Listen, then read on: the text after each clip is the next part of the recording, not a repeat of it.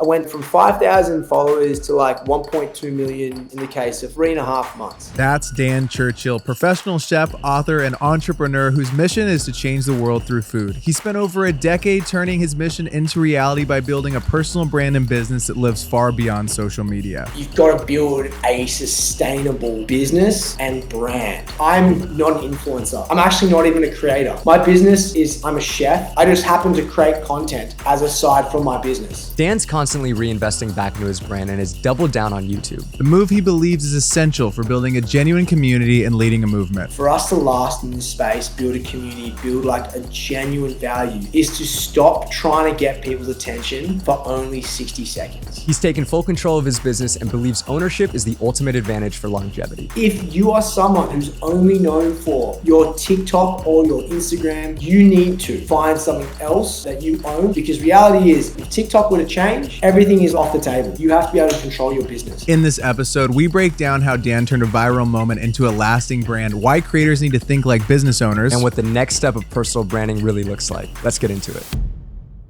All right, Dan, you've said consistency in a space draws attention. Now, in a world obsessed with viral moments, is the name of the game to just continue to do something over and over again and fall in love with those little micro wins? Yeah, dude. If you look at it, virality can also score wins from being consistent, right? You could do a viral post and then look at the way it worked and do it again and get another viral post. That's exactly what happened to me at a part of my life. And, it drew a lot of awareness towards me.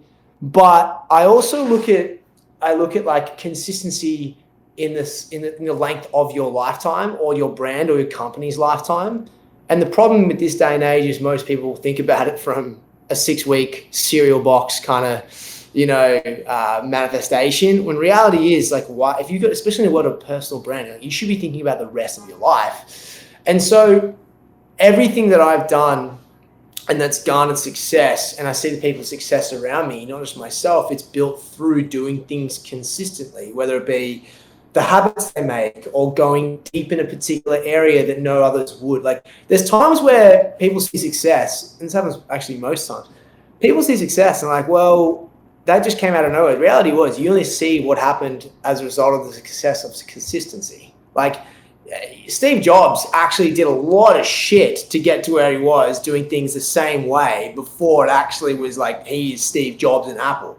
You know what I mean? And that's even before he built, like, he was just dedicated to crafting what he loved into a business. And so you can see that from even, some of the greatest entrepreneurs of our time. And then you take it back to the Stoics. Like, it's just consistency in anything, not just in business, is often what I deem as someone who has the bandwidth and the discipline to truly believe and go long for what they want to succeed in. What does discipline mean to you right now?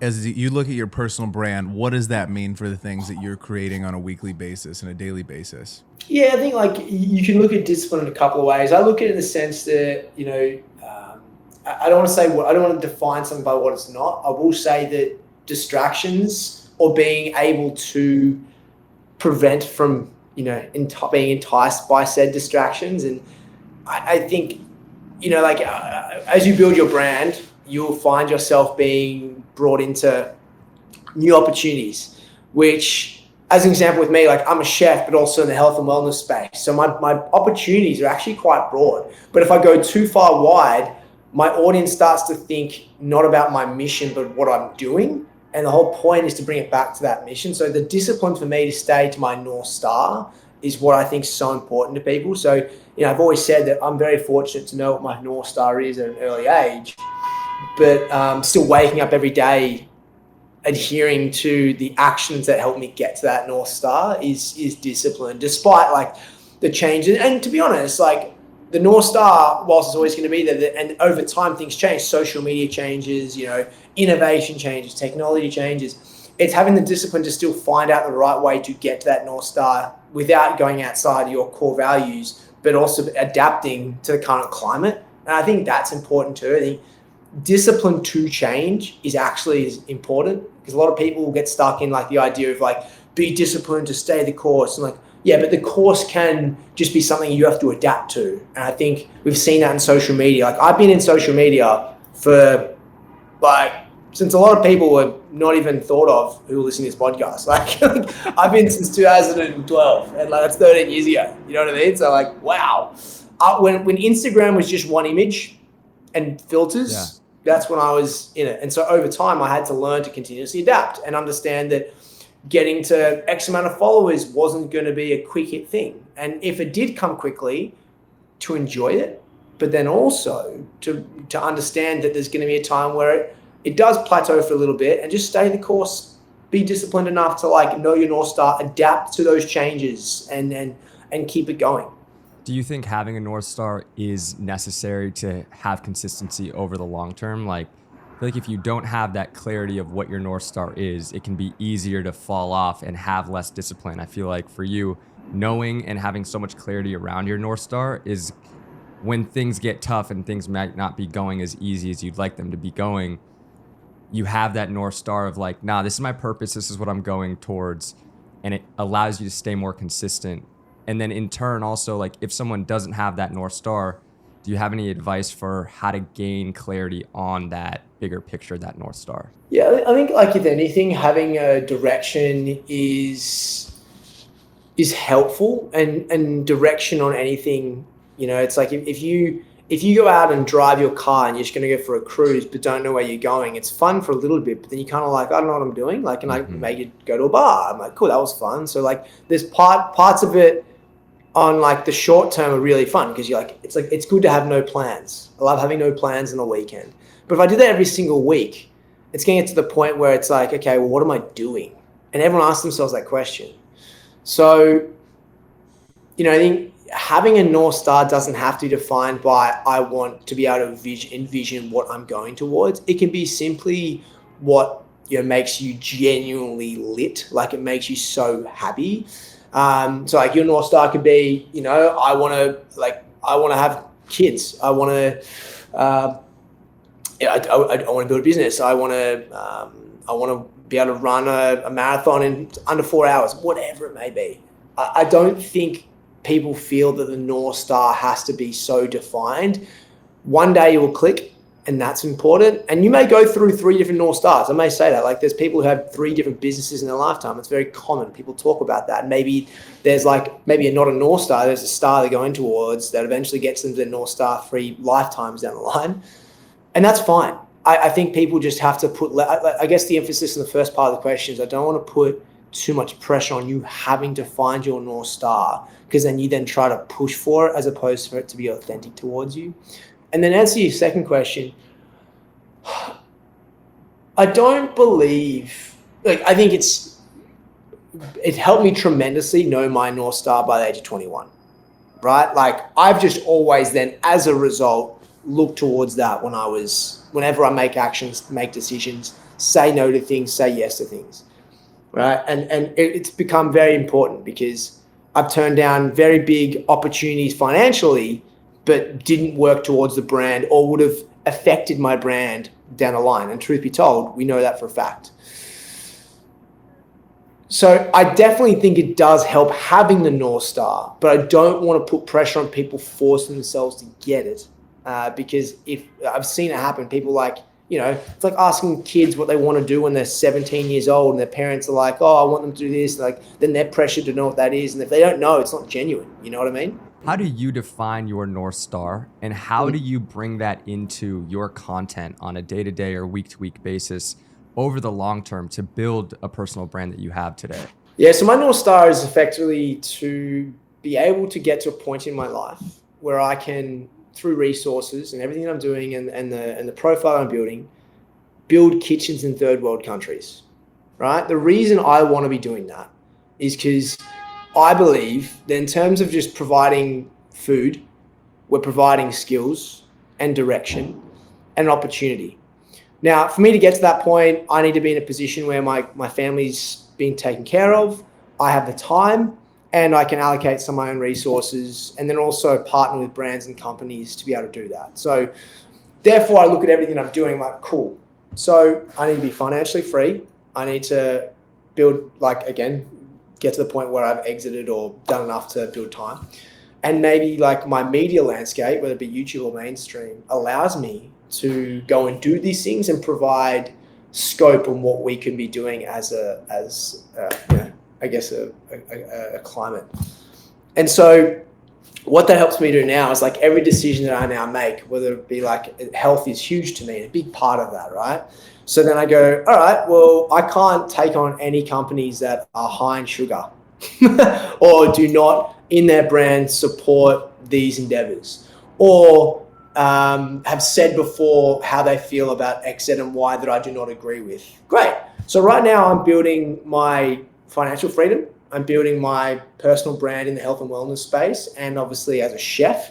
And so all those things line up, allow me to do that. Now, if I've got an opportunity to go do some sick event that's like great for the clout, but realistically doesn't add any value to that, and it takes away my time, I'm probably not going to do it, because it's just, that doesn't have any, that benefits me. It doesn't benefit the long run of my North Star. And I think that's where I've got to position my life, where particularly in the world of New York City, where you get asked to do some sick things, really cool events, be with these people. And reality is like, I get more out of going for a run with my mates in the morning and seeing, people cook and do those things than anything. And that makes me really happy. And I know that's why it's my North Star, because I get the most absolute satisfaction over the thought of food being created to create interaction and health and wellness, but also knowing that it's like, fuck, one day I'm going to do this and it's going to be awesome. Hope you're enjoying this episode. Real quick, want to let you know about an awesome free product that we got linked in the description. It's our personal brand Kickstart. What's in it? Okay, we got 5 prompts for you. It's going to help you define your personal brand, get clarity, and start posting content that really resonates with your audience. It'll literally take you less than 10 minutes, and it's been super apparent with all the guests that we've had on our show. They have really strong personal brands, and it's allowed them to scale their businesses. So go check it out. Top link, and let's keep it rolling. It's amazing to just keep that at the back of your mind and know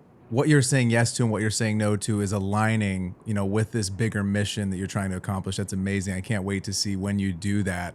And when you have all these kitchens in other countries, it's going to be incredible. On the topic of building momentum, because it's something that you've said before in other podcasts that you've done, how does someone go about harnessing like these wins and creating that momentum for themselves? Like, what does that momentum look like for you? Like, if you had a win and you're like, okay, that is definitely going on the right path, I need to try to replicate this. I need to try to get this going to keep this snowball rolling down the mountain. Yeah, I mean, this day and age, you've got pretty simple and quick pieces of feedback to know your momentum. Like social media is like that, right? But it's also relative. So I put this in the most simple terms, right? Someone who's typically getting 1,000 views on a TikTok video consistently, for them to get a 10,000 view video and a 10,000 video, I mean, that's relatively great momentum, right? Because for them, they're 10xing their videos with whatever new strategy they are doing. And so, be that in the TikTok world, it's like you need to take advantage of that moment, whether it be the adjustment you made, or maybe the new hook you made, or the subject matter, or the people you have involved, or the style that you shot. Like, you need to continue to take advantage of that, because the feedback quantifiably you're getting is showcasing that whatever you did, you're building momentum. The same can be said, like, a great example for me personally right now is I launched with these guys this company called Alma, and like we just did this thing where it's a personalized nutrition app, right?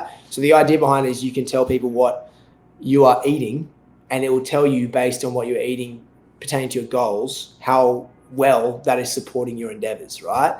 So if I look at that and go where we started to where we are now, again, we need to make sure that we are timing our marketing push relative to the tentpole events that are going to get the most active users and support behind what we're trying to achieve, in turn, value our customers. So when I look at momentum on that side, it's like, okay, well, I'm looking at daily active users, and I'm thinking, okay, if these are the type of daily active users, and we can see the data that I initially thought weren't going to be value, or not value, but like weren't going to be the ones initially taking control of our product, we need to double down on this, because they're the ones actually using it. So that's where like momentum on a company-wide decision-making standpoint has to take place. Sometimes you have to pivot because you see the momentum taking place. On a personal brand side, I felt pretty quickly when you get the rapport and the feeling of inbound interest on certain things, or feedback on a newsletter post, or even just more comments on things that could be really, really meaningful. And this comes from simply adding value. Instead of you posting a TikTok that's like, about something that you did that was cool, provide a piece of feedback on maybe whatever company or category you're part of, like how people can do something, and see the comments that take place. If you start to see really meaningful comments, and we saw this on YouTube actually take place, and that resulted the comments that were being asked allowed us to create other pieces of content based on what that person was having. So then we did that piece of content and we got more video comments and feedbacks. And so that in itself is a momentum, because you are taking into account the cohort who are watching your video. You're taking into account, you're seeing the comments and interactions, and then you're doubling down on that to see, and then that builds even more momentum. It shows you as a pretty valuable asset to the community, because you listen, learn, and add value again, rinse and repeat over and over again. I guess momentum is something that can also come and go, and you've got to be okay with when it doesn't come, and then it goes away. Like, you have moments where you have a lot of inbound interest from brands and companies, or opportunities come your way, and you have lulls, and you just got to be okay with those times. But when it does come again, you got to take advantage of it, and then double down, work twice as hard. I think people sometimes, when these opportunities come, they feel like they can be a little bit conservative and safe, and it's like, nah, this is where you got to really double down and prove you're above. Go above and beyond, whether it be to your community, your cohort, your business interest, whatever it may be. Yeah, 100%. You brought up Alma, and as I was watching some of your YouTube videos in preparation for this, seeing you use the app in real time as you're cooking, I was like, I've never seen anything like that, and that's fucking awesome. And I'm definitely going to be downloading it and using it, because me and Fig over here are on our health and wellness journey, Let's go, boys. Might train for some shit and got to get the nutrition. But anyways, you also told us something interesting. You had momentum on TikTok at a certain point, but it wasn't the right momentum that you were looking for. Can you tell us that story of the series that you were doing on TikTok, the momentum that you gained, and then eventually ending up not actually continuing with it because it wasn't the right traction that you were looking for? Oh yeah, man. So we did this kitchen series. By the way, I want weekly updates on your nutrition scores, boys. I want to see I want to see the cooks out in the kitchen. I want to see all of it. But yeah, man, I did this series and it was fantastic. We built out a whole system. I have my production team, and we built out a really good system. Essentially, perfect example happened. I was getting at one point 5,000 views on videos on TikTok. And we started to do this kitchen series where I'd go in and ask random people on the street in New York City how much they spend a month on food. And from that, I would cook with whatever they have in their kitchen. Immediate hook, New York City vibe. It blew up, right? I was getting millions and millions and millions and millions of views every single video. Legitimately, I'd go from I went from 5,000 followers to 1.2 million followers in the case of 3.5 months. Wow. And we were pumping videos. The problem that took place, two things. We were chasing the train of the serotonin effect of the dopamine of seeing the numbers just continue to rise. The reality was, I thought at the time it was great towards my North Star, because I'm showing people what is possible through certain finances, and the North Star of getting people to cook more was being justified through that, because reality is I was showing what was reality. But as is with short form content, and in this world, people were just interested in the entertainment, or seeing the girls' apartments that I was going into, or seeing the guys' apartments I was interested in. And so if I look back on it, I'm how many people actually bought my cookbook from that series, despite having, close to hundreds of millions of views on my videos? not many comparable to that. Like still a decent amount, but like when you think about it, not that many comparable, right? And so I had to think about this, right? Am I going to be the guy that's only known as the kitchen series guys on the TikTok world? And then it's going to, like, I have to either commit to that. And like, okay, well, that's great for entertainment value. And yeah, like the money thrown your way to do these brand deals is stupid, but it's not, how long is this going to last? Because one, isn't my North Star. And if it is, how long will it last if it is a good avenue to do so? So there was one moment I stepped back and it was like, I realized I was getting like these really cool people to do these collaborations with. I'm like, these people don't really care about me. They just want to get the views. And I really like, I get like maybe 15 minutes of their time.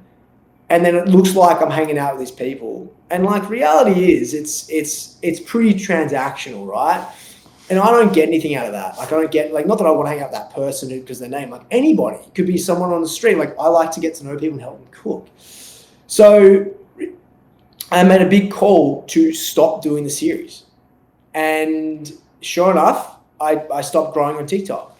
But it's fine because I put all that time and energy into YouTube and long form content. I said, you know what?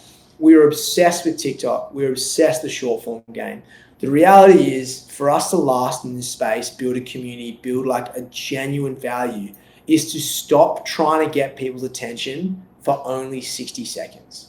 It is to try and build what is the hardest platform to build. And sure enough, we grew, and just dedicated, obsessed over learning the game of YouTube. And it's been unbelievably successful to the point now that like a lot of these brands that I said no to are now coming back wanting to be part of YouTube. I still have to say no because they're not the right brands. But of my companies that I'm like an advisor in or whatever I'm a part of, they love it because there's a massive value add. And to be honest, I bring out Alma and I'm talking to people able to explain the features of Alma because the cohort, the audience, the epic community that are following me are listening to every word around food and nutrition because we put the work in to bring value to them. And then this is the funniest thing. It's like perfect example. Alma came about because of me putting out my personal brand to the world and the activities that I'm doing. The company, the two founders I was building something similar, like let's join forces. And that's what's happened. And that's only because I said no to so many things and yes to the right ones, that I can now go on YouTube and be like, I'm not telling you this to download my app. I'm telling you this because it's value for you. It just so happens to be my app because I love using it and helping you guys. And that's a really fucking awesome position to be in, to build something that you are the only person that you believe should be representing this app, but adds value to people regardless of if it's your app or not, or your business or not. What do you think are some of the biggest mistakes creators make when they're trying to transact with brands? I know you probably in the days when these TikToks were getting millions of views, you're getting so many inbound opportunities. It sounds like, you have a stake in this app, you have stake in other things that you're doing. You have an advisory situation with with different brands. What does it look like for you right now for like the Dan Churchill creative business, all of that stuff? Yeah, I think, well, first off, the biggest mistake, and it's funny, I'm blessed being in New York City. A lot of my friends know I'm a chef first and an athlete like second, but I'm a businessman. So like I'm someone who's gone through all the life cycle. I've brought up businesses, I've got long form content. And so like I can speak to these young creators in a way that's like, I know where you're at. Let me hear where you're at. There's no judgment here because you're getting a lot of attention. I don't want anything from you. There's a couple of guys right now who've done like in the last 4 months alone, they're from like 300 followers to like 450,000 followers on TikTok, on Instagram, and they don't know how to handle it. And that's understandable. Like imagine, and then as you guys know, to go from such a small number to such a large number means that you would have had to have so many views and consistency. Because you see people like one video can blow up and get like 10 million views, but the person can still be on like 500 followers because like it's just a weird video. So I think the first thing I do when I speak to these people is like, how is your health? It's the first thing I ask them because it's the first thing to go. They start to neglect themselves, start to put themselves second. So that's the first thing I say. The big mistake is people forget to look after themselves. And that sounds like an obvious thing, but it's true. It's the same thing with work in general. Like if someone has a business, someone brings out a gym, someone opens a gym, it's the worst health decision of their life. It's a funny joke because reality is you open a gym, you don't go to the gym other than to work, or you got so many stresses going on. The second thing is they say yes to everything because they think it's going to go away and they want to take advantage of it. And I get that. I've been there. But you've got to build a sustainable business and brand. Like I'm not an influencer. I say this very carefully. I'm actually not even a creator. I just happen to create content as a side from my business. My business is I'm a chef and that is on, and then someone in the space who is the thought leader in nutrition and performance-based eating. I just happen to have media presence. And that's what I'm very clear on. Because if you bucket me as an influencer, it means brands are going to approach me and say, hey, Dan, we want X amount of posts on a video, blah, blah, blah. This is the cash price right here. So like, I think these creators I know these creators have to build a brand outside of their social media presence. And my third thing I say to them is alongside that is, if you are someone who's only known for your TikTok or your Instagram or even your YouTube, you need to find something else that they can that you own, whether it be a newsletter or a podcast or something like that. Because reality is, if TikTok, we saw it early, if TikTok were to change, Instagram were to change, you have no dependency. Everything is like off the table. You have to be able to control your business, whether it be bring out a product or just continually add value. There's guys on TikTok who are like dad experts. They teach you things. It's really great. They build a whole business around, maybe your dad doesn't have time to teach you how to do a tie. And it's great. It's freaking brilliant. So like, that's the kind of shit I'm talking about, not just being like, oh, this is my day in life in New York and I'm getting to go to this event. Like maybe that's one video you get to do based on like everything else you've done, but add value to the community. Don't just entertain, because eventually that goes, and that's what sucks. It's all really great. And I love that you're asking like, how's your health first and foremost. I want to ask you though, and I forget the actual phrase, but it's something poppy in Australia. Tall poppy syndrome. Yes, tall poppy syndrome. So you say you're a businessman and you come to America and you're pursuing this career, you're building this personal brand, you're on MasterChef, doing all these amazing things.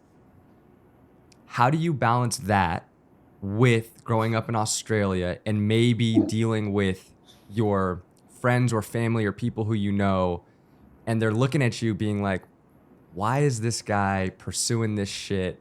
If they have that mindset, is that something you at all dealt with? And I'm curious about your experience with that. Dude, even now, like the way I'm talking to you guys now is not how I speak to my mates, like my Australian friends. Like you're asking me questions, I'm direct, very chef-like, right? I don't have time to BS on the line. So like, it's like, yes, chef. All right. So like, that's America. Okay. And you asked me like a thing around, you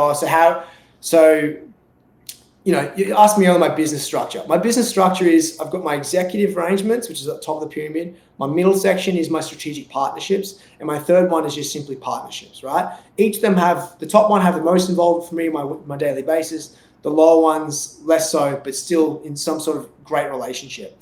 If I explained anything remotely like that to my Australian friends with tall poppy syndrome, they're like, all right, big shot. All right, big dog. And that's just me answering the question to what you asked, right? For you guys, that's like, well, he's just answering the question. That's what I asked him earlier.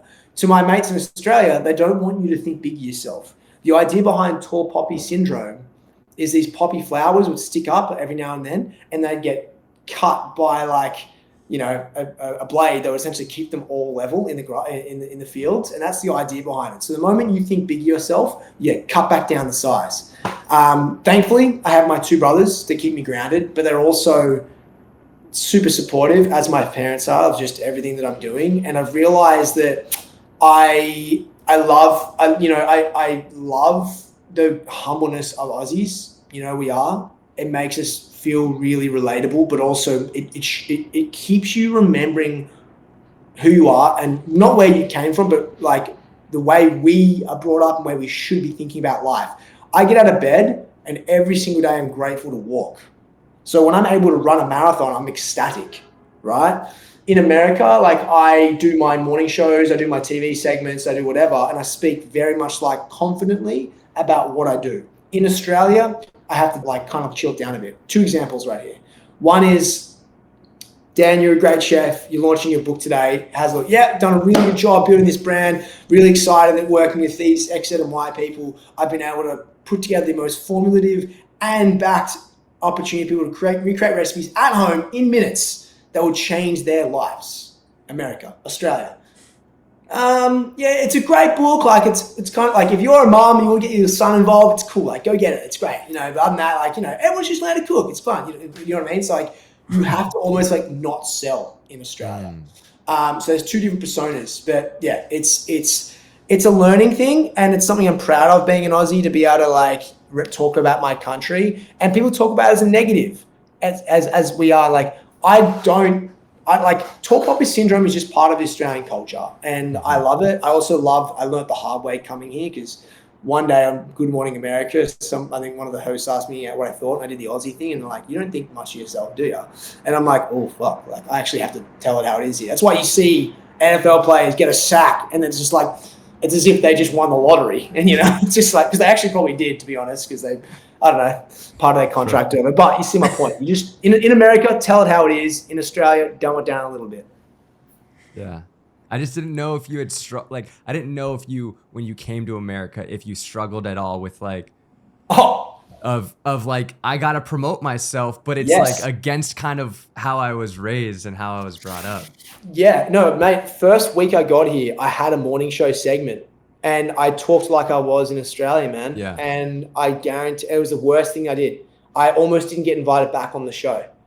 Like, it was that bad. And I was just like, but this is what I do. And that was a light up moment for me. It's like, well, this is why when everyone thinks Australians and Americans like are so alike, we're not. We're culturally so different, man.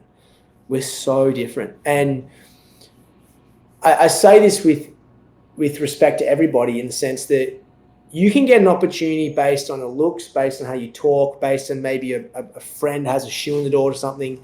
But unless you relate and have substance, it's not going to matter. So I had to learn pretty quickly, like, when I give talks in the South, I talk about football, right? Yeah. And I can talk about football. But if I didn't know how important it is to relate, I would have come there with like my Aussie-ness and be like, who's this guy? It's the same for like anything on Food Network. Like Middle America is Food Network to an extent, like LA, but you know what I mean? Like, I have to relate to that audience. And it's the same thing when you're working in business or building a brand. Know who you're speaking to and how to speak to that audience. So important. On the topic of relatability, when it comes to building a personal brand, how do you, because you're someone who you're living a lifestyle of like health and wellness, and it's almost aspirational, right? You're like, this is what you can have. I feel amazing. I look amazing. I have all this energy. So how do you teeter the line of aspirational, but also still being relatable? Dude, I love that fucking question, bro. Because the way you asked it is affirming to me that my brand is exactly where I want it to be. I know that what I have access to is on the extreme end. I'm like, I need to make sure that people can see what is possible. And so some of the things that I do, like, for example, I have a cold plunge in a New York City apartment. Yeah. Right? Like, not many people can have that, right? And so, but there's a lot of people who can have them in general. Or does me having that show me dedicating my life to what I really want? Like, I'm building this apartment to be, I'm making the decision to put down my money to put a cold plunge and a sauna in my apartment. Why? That is so important to my health, right? So it's the intention behind me making those conscious decisions that I'm making that inspire people to go, you know what? I may not be able to do a cold plunge sauna every day, but I can sure as hell at least make one meal a week for myself.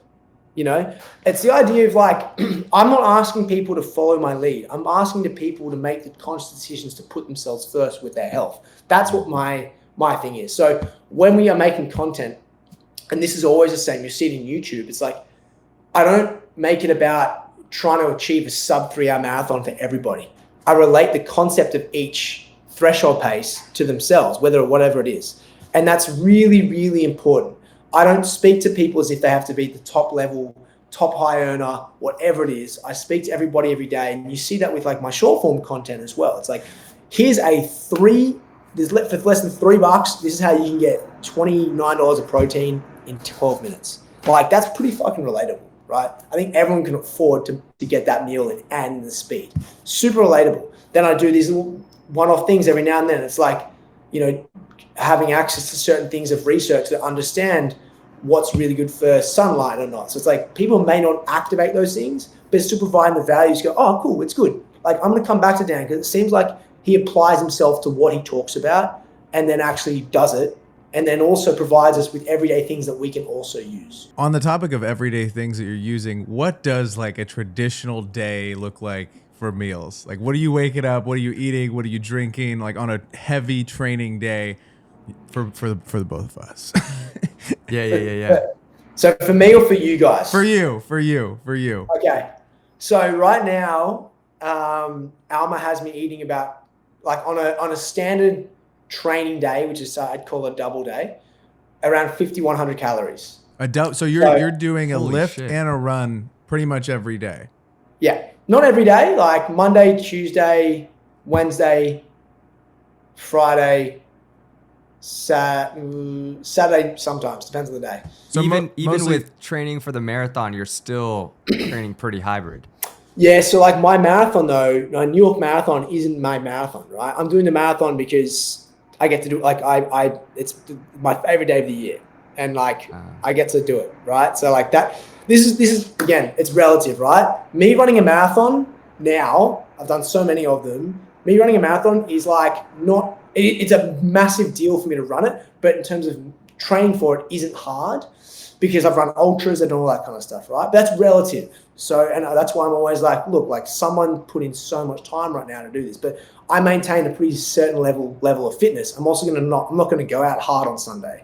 My big thing right now is Dallas High Rocks, where I'm actually doing doubles and we're trying to qualify for Worlds. So that's my main focus. So therefore, I'm doing Sunday actually for my friends and for me, but then during the week, my goal is to get my ass fucking ready for Dallas High Rocks, which means double sessions. Wow. Damn. Who's your partner for Dallas High Rocks? This guy called Eric Hinman. It's Okay. sick. He's like 45 years old and he's like fitter than me, which is stupid because I'm pretty fit. But because he's 45 and I'm 36, we're 40 to 45 bracket, and he's fucking ridiculous. Like, he looks like he's 35, and shout out to my dad, effectively. That's how I'm trying to be. Yeah, dude. But Okay, yeah, what's the nutrition look like? What are you eating for the whole day? Give me a whole day breakthrough. Okay, so get up, black coffee. Well, I have a long black. That's pretty, like, my morning routine of my coffee and my barista machine is just like, it is therapeutic. So I have that. I then go for my run, but before my run, I have 2 scoops of G1M Sport, which is from BPN, a complex of carbohydrates and electrolytes. Depending on the day, I may have a Go bar as well. But I come back from that, smash a smoothie, which has got banana, quarter cup of frozen blueberries, 5 grams of creatine, AG1, 2 scoops of vegan vanilla protein. That's it. Oh, and some vitamin D3. And then after that, about 45 minutes after that, I'll have my power bowl, which is like 1/4 cup of oats, frozen raspberries, peanut butter. Fuck, that thing's so good. Greek yogurt, hemp seeds, chia seeds, honey. Then I will have lunch, which is like, pretty much protein, like a 6 salad that I've made, or sandwich, rice, or some sort of carb. I made the most unbelievable roasted potatoes last night. They are definitely getting re-roasted today. Roasting potatoes that are already crispy the second time around is très bien. So that's happening today. And in the afternoon, I'll do Second shake. Oh, I've already had, so I have 3 coffees a day. I have 2 by around 10, and then my third, I have my espresso after lunch. So after lunch, espresso. I then do Greek yogurt. Then my second smoothie, pretty similar, except I swap the vegan for whey protein. Second session, G1M, dinner. Dinner will be like tonight I'm doing a carne asada with potato hash. Sick. And then Greek yogurt, peanut butter, honey for dessert. That's okay. I have so many questions. I kind of want to talk health and wellness a little bit. Do you think? How often are you eating out versus cooking? Are you like pretty dialed on fucking cooking versus eating out? And when you do eat out, like how disciplined are you on those decisions that you're making when you're eating out? First off, I just want to, for those who aren't watching this, Kostas like face then where he's like trying to think of the question. He had 3 or 4 questions in his mind. Yeah. I got a million, dude. Yeah. Cool. So I'm a chef who actually likes to cook when they're not chefing on the line. Like is that when I rare? come home, yes. Okay. Yeah, I'd come home from service and fucking love to rip off a T-bone. Like I love the idea of it. And I used to do this at like 2 a.m. in the morning. And thankfully I was living alone because that would have sucked at the time for it was. But dude, I love cooking. I love the feeling of sizzling, like the Maillard, everything. So I'm going to cook as much as I can. Reality is that's not always the case. Like Sweet Green's just down the road. Carver's just down the road. Diggin, is just here. I got everything I need here. I would say I eat out, maybe I go to a nice dinner with my partner, Milena, once, when we're in the city, like once a week, maybe. But I'd cook most of my meals, and I'd probably my lunchtime. I'd cook most of my dinners. Maybe on Saturdays and Fridays, maybe if the boys are going out, definitely would like go hang out with them, get a dinner. But I'd say like 90% of my meals I'm in control. In saying that, I'm not anal. I don't cook at home because of macronutrients. I cook at home because I love to cook. So if someone doesn't like to cook, understandably, there's time there, which I'm very respectful of. And so when it comes to that, like when I'm going out with mates, like going to dinner, I'm like, fuck yeah, let's go to dinner. We go anywhere. I don't think of it as like, oh, I have to be conscious. Why? I train twice a day, like sometimes. I'm very fortunate that on that side of the scale, I don't have to. Unless it's a Friday night before a long run, I don't want to do Indian, right? Because obvious reasons, of course. Don't have to double click on that one, but you know. I've had some when I was training for the marathon, man. Let's just say I had some stuff happen on those fucking long runs. I bet. Some Indian? No, it was just brutal, man. You just get hotel gyms, bro. Hotels and gyms. That's where you want to aim yourself. Brutal. But yeah, so but this is like the lesson to everybody else. Again, this is where I'm not normal. I do love cooking every meal. Yeah. Okay, so putting it back to the individual, it's like, look, I think the more that you can control what you put in your body through what you eat, the better. Now, does that mean you have to cook every meal? I'm like, no, it's unrealistic. Okay, that's very unrealistic.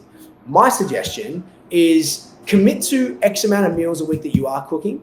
And then when you are not cooking, get to know what it is that you're putting inside your body a little relatively. And that's like, this is not me just plugging the app. It's like, that's why like talking to Alma and saying like, finding out what you're missing, it can be like, look, you just need that protein, which is that, and then this salad and this vegetable, you're actually deficient in this one, so get this. Like, I guess the resulting answer stating this is, if you're someone who's looking at your health and you're looking to make some changes, 1, commit to Tuesday night cooking.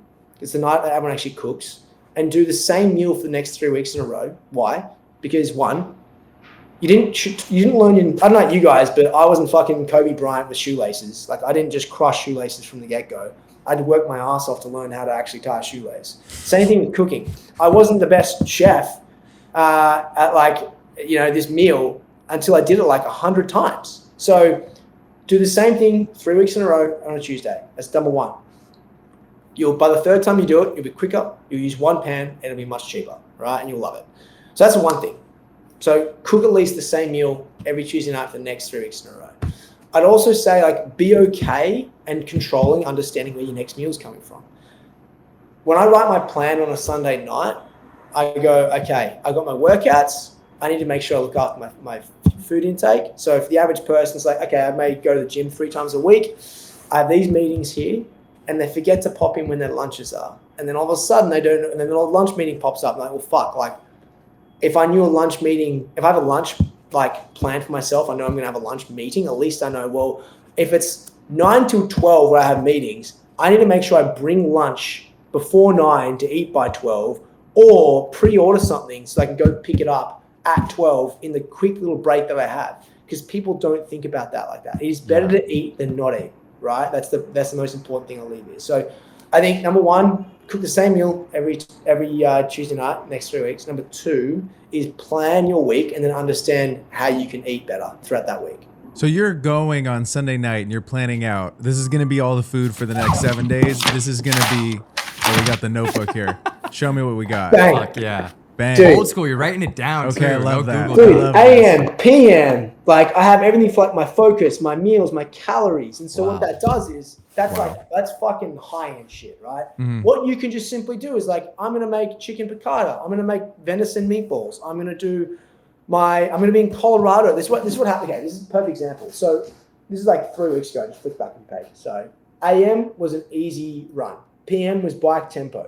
My focus for the day was understanding my heart rate zones. My meal was venison meatballs. All right. I do that every single day for the week. What does that do? It tells me, first off, like, okay, at least I know I'm cooking dinner Monday, Tuesday. I'm away Wednesday, Thursday because I'm going to be with Apple in Colorado. All right. So like, I don't have to worry about that. But at least the first 2 nights I can control. This also means when I go to the grocery store, I can already have all the ingredients rested. You know, in fact, if I shop at Whole Foods, I can friggin' order, so just go pick up my baggie of all my good shit. So I'm not walking around the store spending an aimless amount of time. Literally go in, pick it up and go. And I can do that on a Sunday watching football. So like in the ads, I'm going to quickly click this. So these are all little simple shortcuts to take out the time. But by knowing what you're actually doing, it's like, dude, when you go to the gym, if you don't have a plan going to the gym, you just kind of walk around, you're like, I might do some bench, might do some push-ups. Like you finish, you don't really feel fulfilled, right? But if you go, I'm going to fucking do 4 exercises, I'm going to crush them, and I know exactly what I'm going into. I come out of that, I'm going to hit the shower, and then I'm going to go to work. I've crushed my morning. If you do it like that, or if you have a gym that someone tells you what to do, great. In this situation, you know you're going to have meatballs, great. You know what ingredients you need. You're going to have chicken piccata, you know what ingredients you need. Done. Sick. See you later. I'm eating. Like planning, dude, fucking changed my life every single day. Preparation changes the expectation. Man, I need to do this with the food because I feel like I got this down with the gym. I'm a pretty strong guy. You know, would you say you know what I mean? But like I Could go be stronger. I see what Braden puts in his mouth, and it's this is bullshit. Questionable. I go to Whole Foods and sometimes I'll come back and this is like a problem with ADHD guys. I just have like 4 of the same cheeses in the fridge. I'm like, I keep buying the same thing, man. Or you know what I mean? or I you like go to look the- at it. yeah. I'm like, I got the same cheese. The 2 are still moldy in the back from 3 weeks prior. I like keep going and buying the same shit when I don't need to do that. So I really do need to take your advice and just get it on Sunday and go to Whole Foods and just pick it up. Or when you like go grocery shopping, you're like, I'm gonna treat myself to a dinner. Like I'm gonna go as a reward, you know? Yeah, Like, yeah. stock the fridge. Okay, let's go out to dinner. Yeah, Probably not. exactly. You've said this before on other shows, but you went and invested a lot of the money that you were making into creating like a production team to help you with the content. Would you advise that other people think about investing into all of the all of that money that they're making maybe from brand deals, or they're starting to get some money from maybe a business venture, a PDF guide or something? Do you advise they go spend that into upping their production quality? Like, was that a payoff for you, do you think? Well, let me answer the question by asking a question. What do you think about my brand? Like genuinely, it's the first couple of things that you think of. Why we have it? Like, why was it attractive to have me on this show? I think it's high quality. I think it's very helpful content. And I think that you live a lifestyle that is aspirational. So you're very fit. You show off the food that you're eating. It's like you don't just talk the talk, you walk the walk. So you're not just being like, oh yeah, you should work out. You're like, I'm going to go train at 5 a.m. and we're going to go do this thing. And I think that our good buddy Jayhawk spoke very highly of you. So I was like, is this someone that we should have on the show? And he's like, this guy is the fucking man. You guys need to talk to him. I'm like, all right, I'll shoot him a message if you say so. And I think we trust our friends a lot. And like to your point, what you were saying earlier, I was able to watch your YouTube and get way better of an idea of who you are and your brand.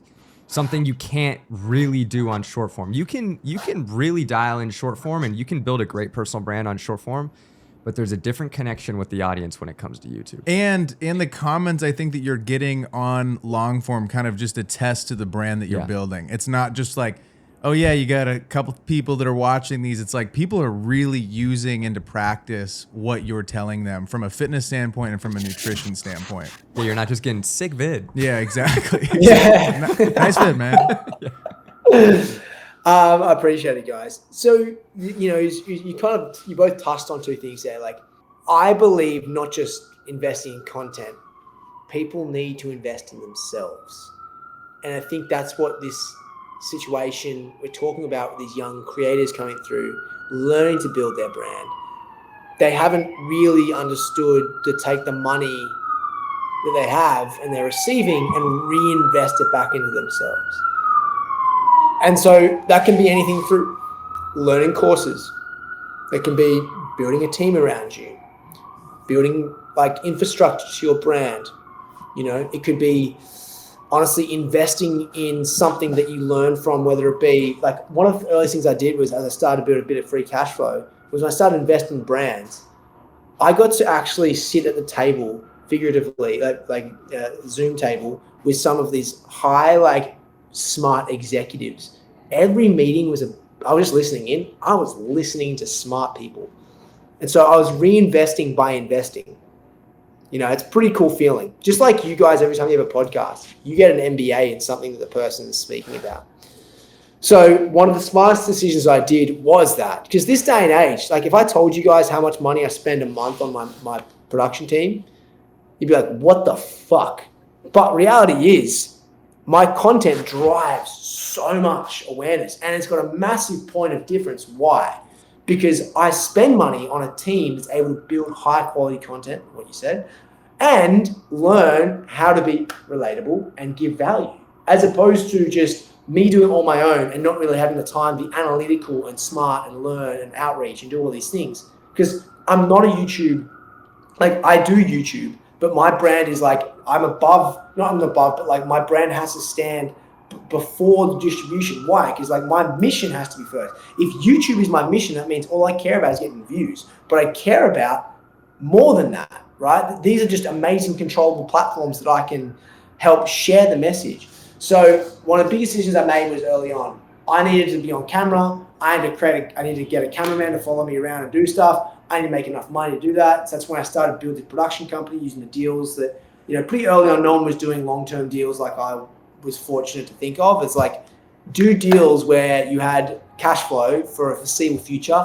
bring in more of them, and over time you have these contracts that are rolling. And so you provide value to businesses that needed more content. You will be able to control it. Through that, you learn how productions ran. You're able to then learn about the different levels of content, whether it be long form, short form, hooks, relatability, retention strategies, media campaigns, so that now I have all these people who want to learn about my YouTube team, but also I'm now advising businesses on how to build out content because I've done it for so long and now I'm making decisions as an executive. So me investing and me spending so much money brings in all these opportunities that aren't just content, me posting related, which is unbelievable. What were a few of the things that you learned from sitting at the table with some of these executive people? Give me the top 2 or 3 learnings that you can bestow to our listeners today. I think it was pretty okay. So in different categories of these businesses, but what was really interesting is learning how ad spend went, how UGC strategies work, what certain numbers people were looking for when it comes to conversions, how you went about using original content, when the right time to click through to paid on that was. That was pretty cool. I also learned that, to be honest, the other side to it is a lot of these brands don't know influencer strategy, right? They build their businesses off, affiliate marketing, not influencer marketing. And that's great because I'm not an influencer per se, but I know the world and I know how to build out a team and do that. So I can add tremendous value to that. But then also they taught me how to activate in community levels, like speaking with community teams and learning the best way to build out event spaces and activate, and what you should look for impressions, not for like transactional, but for actual meaningful. Best way to do newsletter marketing, and how to how to coordinate a campaign across multiple channels at once. All this stuff was so exceptional to me. Like, I was just listening and learning. To this day, I still do. Like, I try and, the way the things are is like, the people at the table who really are the smartest, because they're the ones listening. And I wasn't necessarily the smartest, but like, I watched the older legends who've been doing this for years and still just listening. And you're like, fuck me. There's a reason why she is unbelievable. She just step back, listens, and she might say a few things, but all the questions she asks, all the things she asks are questions. So, I think from that I learned that you're always learning. We hear that all the time, but never stop learning. And find ways to put yourselves in positions to learn. And if that means investing money into something, then sweet. Like, honestly, the money I spent was better than the money I would have spent doing an MBA anyway, because I'm in the business and I'm an investor. So like, it's great. Like, it's a better way of looking at it. Was there ever a time where you got an inbound email about a brand partnership, maybe on the side of like, they come to you as a quote unquote influencer, right? And they're like, we want to do this one-off partnership. You took a look at the brand. You're like, oh, I actually really fuck with this brand.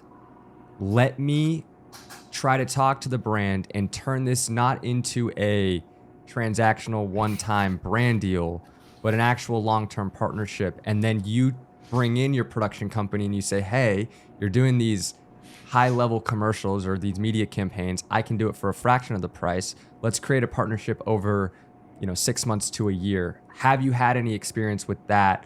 Or were all the long-term partnerships that came your way, did they propose it as a long-term partnership from the get?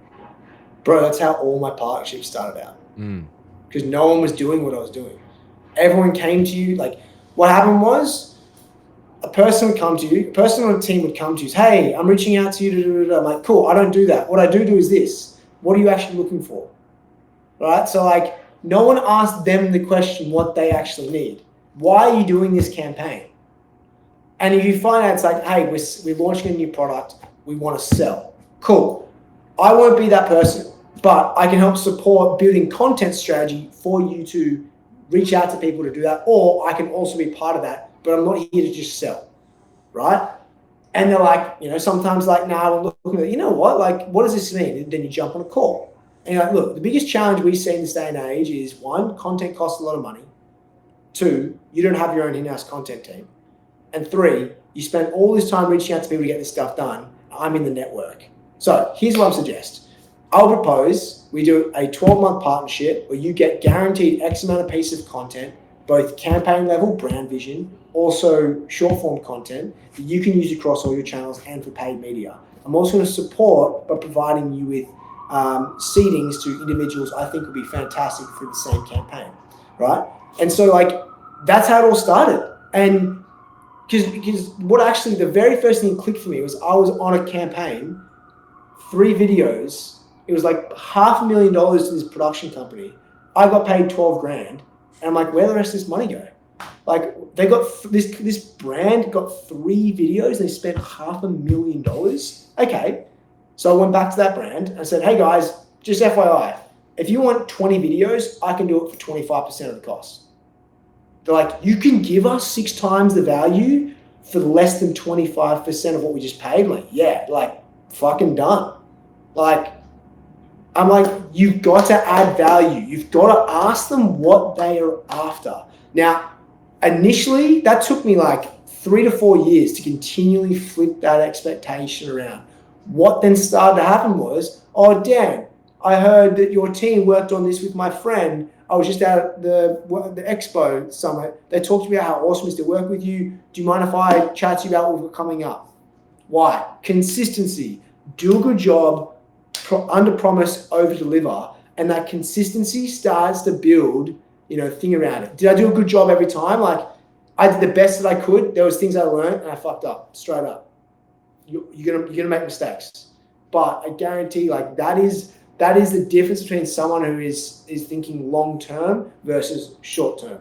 I took the money that I got from that first deal put it into a team, and then made 3 to 4 more deals from it. What were a few of those mistakes? Don't have to obviously name the brand that you feel comfortable saving someone some of the headache on early on in their career. Like there's things like not setting up expectations for the brand on edits, like streamlining that, how many times things go back and forward, direction on what you think's good versus what the brand wants, like who has final say on those kind of things. Because ultimately these things were going on my platforms, right? I'm like, I don't like that video, but they wanted it. And like, guys. So that's so true. I got a partnership the other day from a very large brand that we all know and love, and I'm like, this is just this is a horrible idea that you guys have. Like the idea was terrible, and I'm like, I just don't feel comfortable like posting this, And they're like, well, this is the campaign. I'm like, no, I get that this is the campaign. I just think that like you guys think that this is what people are gonna want to watch, and you should just let the people that you're coming to probably come up with the idea because it's going to live on their feed and then you're going to boost it. It just doesn't make a whole lot of sense to me, What'd you do about it? I didn't take the partnership. And it was good money. It was good money. And I was like, it's just not, I don't think it's going to do well. I'm not hyped about it. And it's unfortunate. Dude, like that's perfect example. It's like, don't do it, or explain, hey, like for what it's worth, this is what I suggest. Because if your goal, like this is the thing, if you ask them what they wanted, the intention of it. Our intention is to build impressions or get conversions, whatever it is. Cool. You get the video and you're like, guys, that's actually not going to work. They're like, what do you mean? Like, well, your goal is to do this. You told me in our very first meeting, this is what you wanted. I'm here to tell you that's not the way to do it, right? The problem is brands don't know short form, long form media. They still don't. They're well behind, right? Like the idea behind building in an analytical team behind growth marketing, but not having a team behind YouTube strategy or short form strategy still bewilders me. But I really say like it's an unbelievable skill set to learn, and also have the confidence to walk away, but still give feedback. It's pretty, just because you never know, like, because in the future, like, whilst we didn't work it out now, like actually he left some really good points on the table for us to think about for the next time. Like, hey, I know last time this wasn't right for you. We actually want to engage you with a campaign, but actually get your thoughts on it before we even go down to shoot level. Like, great. So for now, guys, I don't do any deals that I typically am not speaking directly with an executive, right? Why? Because I want to help with the decisions. If I'm asked to shoot a campaign, and like, unless it's a really big brand that's like global, and of course, like and it's going to build my brand in a really cool way to my North Star, sweet. But like, I like helping the businesses. I don't just like being the messenger, and that's just what I love, right? So you look at like AG1, Home Health, when I was working with the One Hotel, my like Alma, like all these brands, like I'm helping the founder or the executive team in making decisions, right? I just love doing that. You also get to a point, this is really, really cool. It's like when you have these meetings with people, you now know, like based on the size of the company and their infrastructure, if they are a right fit for you. But that only takes being consistent. For example, I now know if there are a certain number of full-time staff, but have a certain run rate, I know that like there's a sweet spot for me to work with the company. Why? Because they're early enough that they haven't been, they're early enough that I can really help shape out a strategy for them, but they're not too early that they don't have the resources to help support the strategy. And that's I think that's a really cool feeling to those listening in. It's like sometimes as a business, like in business, you join companies like in whatever level, C-suite, director role, and you join them at a stage that you think you want to add value, which is really, really cool. Some people have been in business for so long, they're like, I've been with this company for 10 years, they're so big, I don't know if it's worth me being part of this company more, because like whilst I'm getting a paycheck, I don't get any value out of it. So like I say this in general, people generally know when they go into a company they're excited to be a part of, like I'm ready to put my stamp on it, like put my name to this and like really leave a legacy. That's how I feel with what I do with my team and what we do with our brands. It's like I've gotten to a point now where I know like if it's a small company, it's going to really lean on me, which means it's not good. So like, not that I won't, it's just like, if you give me all your resources, it's not smart. But if you give me part of resources and you need my help, that's good. And is that how you approach the Apple partnership? You're like, I need to talk to Tim Cook. Call I need, Tim. I need to talk to Get the Tim exec on the team. line. Where's Well, Tim? I got see- some ideas for the new iPhone. We just gonna have Alma as the homepage app. Guys, I mean, I'm not saying anything you guys don't know, but you know, like, why do you think I flew to Colorado? Yeah, For that week, for 2 days. Yeah, Why? it all tracks. Wasn't to hang out with Jayhawk. No, Jayhawk was not he just happened to be there. Yeah, we get it. Yes. We see the play. Yeah. You're thinking 10 steps ahead. Okay, wait. It's so nice of you to help a up and coming. And A up really and small coming brand. I know. On the topic of equity, on the topic of equity with the brand partner, I was listening to a Tim Ferriss episode really long time ago. He's the author of the 4-Hour Workweek, and he was explaining how sometimes equity can be like not the best thing because some of these smaller brands, he's like, you're gonna end up doing so much work for them. He's like like $1 million in you working for them, and maybe potentially not see a payoff for a decade, right? How do you go about thinking about which brands to partner with on equity to like actually get a stake in and see kind of like that long-term vision? Because I'm sure a lot of creators are listening to this or people that are building a brand and they're like, okay, I do want equity in the brand, right? This is something that I want to do, but I'm not sure which is the brand to actually take up on this offer. How do you go about thinking about that? Oh man, all influencers, creators, please listen to this. Please. Equity is a cool thing to throw around to your friends and say, oh, I've got equity in this company. It doesn't mean shit until it pays off, right? It makes it sound as if you're making heaps of cash and you invest in the brand. Now, maybe you actually did. Maybe you're someone who actually invested in the business. And then you got, a discount for doing so, which is great.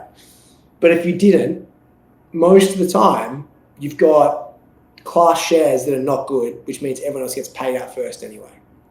So don't get equity in a company just because you want to say you have equity in a company. That's step number one.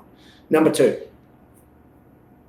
you're absolutely right. And so I mean, Tim's like an OG, like fucking legend. Like the idea behind equity is that over time, everybody wins. The problem is when you're starting out a brand, there is a lot of expectation on giving away equity is a big deal. As a founder, when I give someone equity, it means you are gonna fucking ride or die with this shit, right?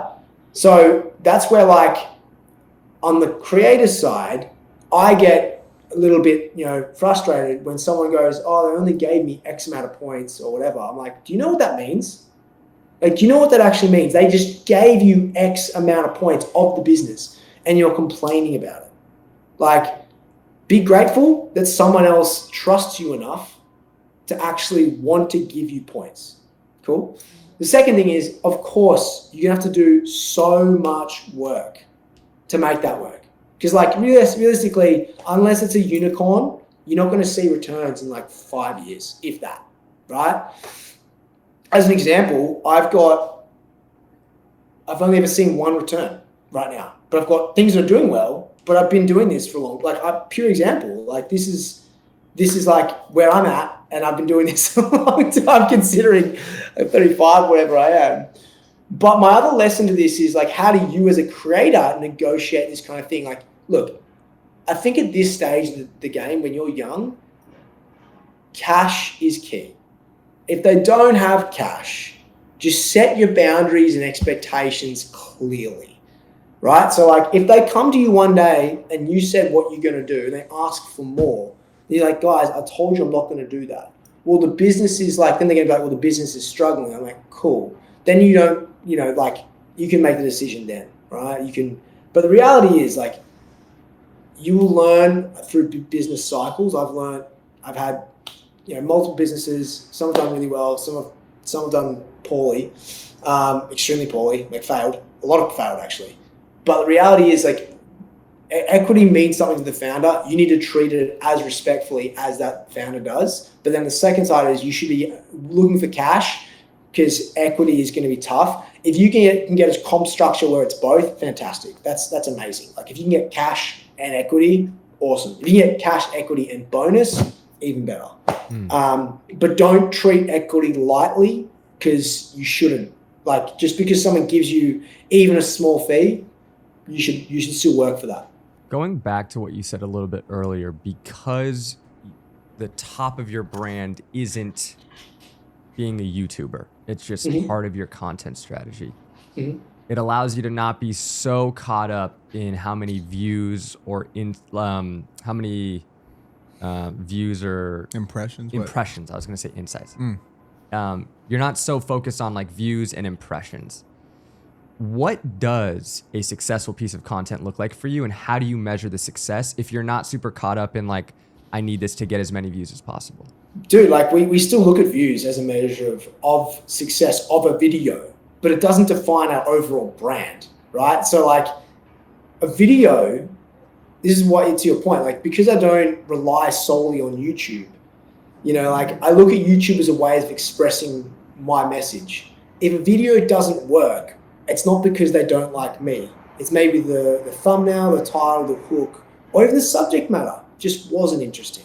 And that's fine. Like we had a video that did really, really well. And we then thought, okay, let's do something similar. And the second one was different subject, a different thumbnail, similar subject, but it wasn't as interesting. And that's fine, right? It's not like people still watch and love what I do because they get the value. So I think that's where like coming to terms and being okay with the long-term goal here, because I look at ways of where measuring success to me is like, we'll definitely look at hook, we'll definitely look at retention, we'll look at the click-through. They're really good indicators for us, right? Like everyone should. But for me, the success of a video is not solely measured on the views. It's actually the engagement. It's the comments, the type of comments I'm getting. If people are like, dude, if I get a DM from somebody from a YouTube video, that means they've taken the time to come to my Instagram after watching my YouTube, where they could have just commented there.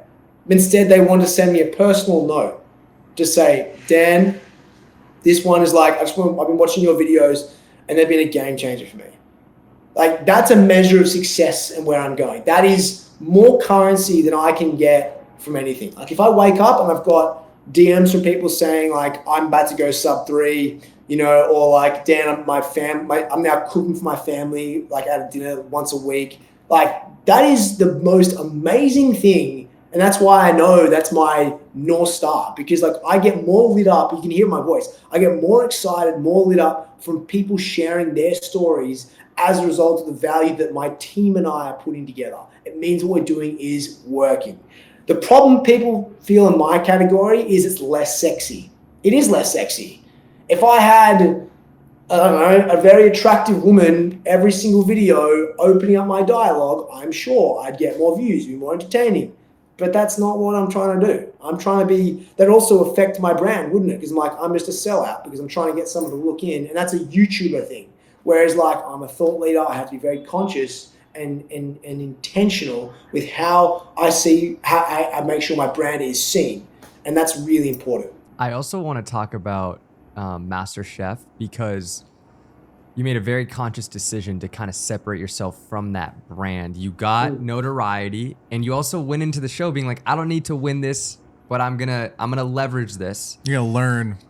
And so I think there's probably somebody listening to this that has gotten some opportunity, they've gotten some notoriety, and they're trying to figure out how to navigate it. And if they continue to like maybe stay with the brand that gave them notoriety, they're always going to be slightly below. So do you have any advice? And I'd love to talk or have you explain your experience with like using MasterChef to help get you notoriety and like help build your personal brand, but then making the conscious decision of like separating yourself a little bit from it, having Dan be like, I'm Dan, I'm not just like that guy from MasterChef, because I'm sure that they were throwing some awesome opportunities at you with some pretty good money. And it probably was difficult, especially at the age that you were, to navigate that. Yeah. So this is a constant one for everybody in general. It's like,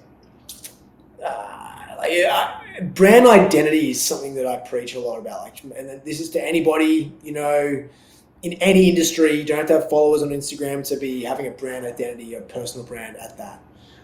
And I had just seen the pathway for people in shows in general who had gone about not really owning what their their North Star was, and doing so in a way that was controllable to you. And so, candidly, I talk about, if you're going to go gamble at a casino, you need to go into that casino knowing you're going to lose X amount of dollars. You don't go in there with the intention of going, I'm going to win, right? So, if you do, it's a shit position to be in, because then expectation-wise, everything else is shit. But also, it's not like lowering expectation. It's a real expectation. So I'm going to spend $500 tonight at a casino. Is you going and going, I don't care if I walk out here with $500 gone. Cool, awesome. I went into MasterChef going, I actually genuinely do not care if I don't win here, but I'm going to go in here and spend my time learning as much as I can in the time that I have there. And to be honest, you're in there for 7 or 8 months. So it is, and I just committed. Months? Yeah, dude. MasterChef Australia is it's full on. You live with it's I thought it was a few week Love Island kind of situation. Nah, dude. No. You have auditions. Once you're locked in, you're in a house together. You live together. It's a whole thing. Wow. It's the biggest one around the world. It's massive. Like that globally, it helped me get recognized globally. Right? It's an amazing show. So from that, it's really important that I went in there going I want to learn. That was the North Star for me for that experience. Learn. Because afterwards, it wasn't about being master. It was I want to build my brand, helping people learn how to cook healthy. That's honestly what it was. And I didn't want to have MasterChef as the reason as to why I could or could not do that. But thankfully, I got in the show. And then afterwards, actually towards the end, they make you sign a contract that essentially they tie you to things. And I just said no. So, because I already had a book that I self-published going in, right? And I didn't want them to have any rights to that. I didn't want to have, and I knew I was doing a book coming. I was actually writing my second book in the house whilst I was there. So I'm I didn't want to come. Even if you didn't win, they kind of came around to all the contestants and they were you need to sign this contract. Sorry, I should be careful. They like you to sign a contract. Gotcha. Gotcha. And it's the finals week. Gotcha. Yeah. Okay. Which is very normal with every show, right? Sure. They want to, because it's more it's actually more protecting the identity of the show than it is the individual. I get it. If I'm in their position, it kind of makes sense. I just didn't want to be tied down, and I didn't want to have to look over my shoulder. But at the same time, that means if I didn't sign it, they weren't going to put me out for media opportunities and brands that came their way from that. But I was okay, if I know that I'm not going to get any help, which I should look like anyway, I'm going to have to do everything myself. And rightfully, got out of the show, used the momentum that I had, which was a little bit of airtime. And I got the book done. So when I came out, my book was on every shelf. So I went to every bookstore. Then I got a third party. I'm hey guys, they're oh, you're Dan from MasterChef. I'm yeah, that's me. But I'm Dan Churchill, blah, blah, blah. And so then I got my book on all the shelves. I ended up getting in TV, able to promote my cookbook. And then that just continued to build. I got opportunities from that, signed a couple of deals, did some more, signed a TV deal. That's how it all started. And then I jumped into kitchens. Gotcha. Long story short. But essentially, I wouldn't say the hardest decision, because it wasn't hard. It's the toughest decision I've made. It was the toughest decision I've made that is unbelievably beneficial. Now, my suggestion, bring it back to value, my suggestion to people, whether you're on a reality TV show or you're in a position where a business is all you've known. So say you're a part of, I can't say the name, say you're a part of a fitness company and you've been tied to that fitness company for so long. They've brought you notoriety. They've brought you everything, and you be seen as the person from that. You're only ever going to be seen as the person from that if you stick towards that. The hardest thing is separating yourself and going hard at your message. You have to not double. You have to triple down on your message. You have to make sure that everyone knows they see you as not that person from this, but the person who does this. Not is, does. Right? Big difference. And so that happens all the time. I see with people who sign to brands, especially these young creators who like sign to footwear deals, the footwear deal drops them. And they're like, I don't know who I am anymore. It's like, guys, like you had a brand deal. It's fine. It was a 2-year brand deal. You're still you. But you have to have a point of difference. You can't be like every running influencer that goes to every single major and runs, unless you're food, unless you're a physio, unless you're someone who is a singer and then actually on the side runs. Like you have to have a point of difference. And so big thing here is if you're in that position of you're tied to something that's so good, if it's part of your North Star, write it out. That's fine. But if you don't want to be known as that person anymore, you have to be okay with the fact there is going to be a loss in airtime or whatever exposure you get, but you have to work so unbelievably hard to make sure that you get to where you want to be on your own. I love that. Gotta fall in love with those inputs. Someone that you've spent quite a bit of time around is Nick Bear. You guys are good buddies, and you're a BPN athlete, which is very sought after in the fitness category. What are a few of the things that you've learned from hanging out around Nick, being good mates with him? Nick is one of the most disciplined, walks the talk individuals you will see on this planet. He's if he says he's going to do something, he does it. Like it's pretty incredible. I think you can learn so much from him. He is a perfect example of consistency because for so long he was an early person did YouTube. He built the early days of his business were built around YouTube, right? Like he built a business, a multi-million-dollar business around creating videos consistently. He would pack boxes, he would film videos, he would go train, he would repeat and do it. He made mistakes, he's talked about that, he'd learn from them, he'd do it again. Rinse and repeat, rinse and repeat. Even now, the guy is still putting out what he does every day, and it is unbelievable. I think we can all learn from that. I'm blessed because I get to meet Nick and Steph and his beautiful kids, and like see also the BPN team in a very family environment. And seeing him as a family man is like one of the most inspiring things. Like you imagine running a business, content creation, and then also having a wonderful family and seeing the way that he's, put his family like first is so inspiring. It's really, really cool.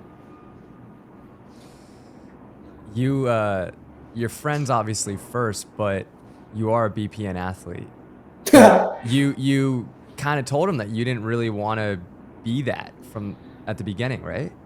Oh, I didn't say I didn't want to be that. I was just like, when Nick and I started talking about the relationship, I was very open to him saying like, dude, like I'm very conscious of the partners that I'm a part of.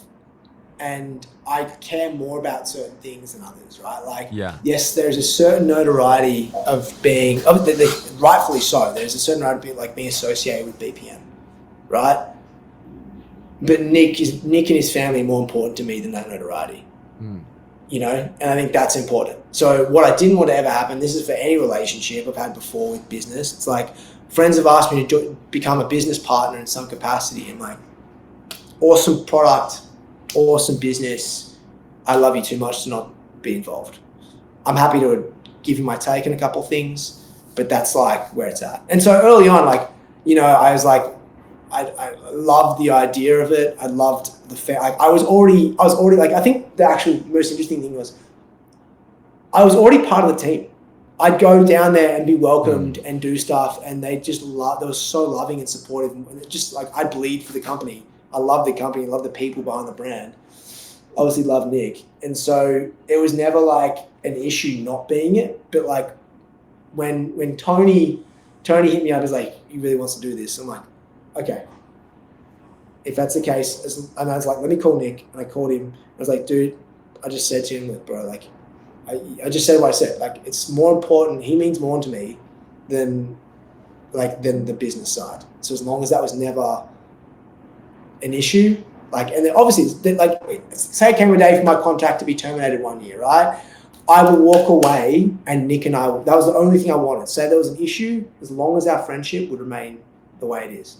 And he was like, dude, never going to change. And you and I, the thing he said that really stuck with me is like, you and I do business enough to know how to switch that like maturity on. And I was like, yeah, cool. My guy. That's awesome. Because I also, it's just so cool. And at the end of the day, like, and when like they said that they really need my help on a certain area of the business, I'm like, okay, I get it. Like I get why, I get why. Like it's a cool feeling.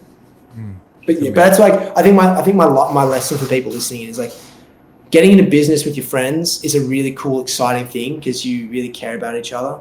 And I'd see more of this happen like actually turn out negatively, just see it from afar from friends and stuff. Because because you are great friends does not mean you have great business skill set that comp each other. To say it's not the case, like look at you two, you guys I'm sure are great friends and like you're doing business together. So you almost have to separate business and be really objective with it. That really, really hits home, and in this case, in any case, it's like make sure you're friends first, but you keep business and friends separate. Yeah. That's so important. I love that. It's funny, like with us, I feel like we started off as like amazing friends and we were living together and we were like, let's start a podcast. And it's turned into like what it's turned into. And I think though what you're saying is important because me and Braden both bring different things to the table when it comes to the podcast and doing business together. We work super well, but we definitely have clear roles and like what we each do for the business. And that's super important because I think that if you go into business and you're doing the same shit, it's kind of like not a recipe for disaster, but No, I agree with you. I think it is low key. you gotta bring something different to the table than the person you're going into business with. Mm-hmm. Each person actually has to add a value as if you didn't know them, and that's what's important, right? Like, and that's in anything, right? You can't just make that. Oh, we should do it because we're friends and it's cool to hang out together, like. Because you have to make some pretty tough decisions sometimes, and you may not agree with each other, and that can be quite conflicting, So like you need to be okay with that. Yeah. And yeah, like the like when you guys can come to terms with the fact that the individual skill set is business specific important, that's great. What is something that you could leave someone with today who is looking to build a brand, use social media to create their personal brand? What is your last piece of advice that you would give to someone who's looking to maybe follow a similar path? Honestly, like I say this, just add value. Add value to whatever it is you want to be talking about, filming about. And then second to that, be consistent. Because as I said earlier in the podcast, you have people who had 400, followers, then they've got 400,000 in 4 months because they learned how not to do it. They learned how not to do a little bit less. They learned how not to do a little bit less.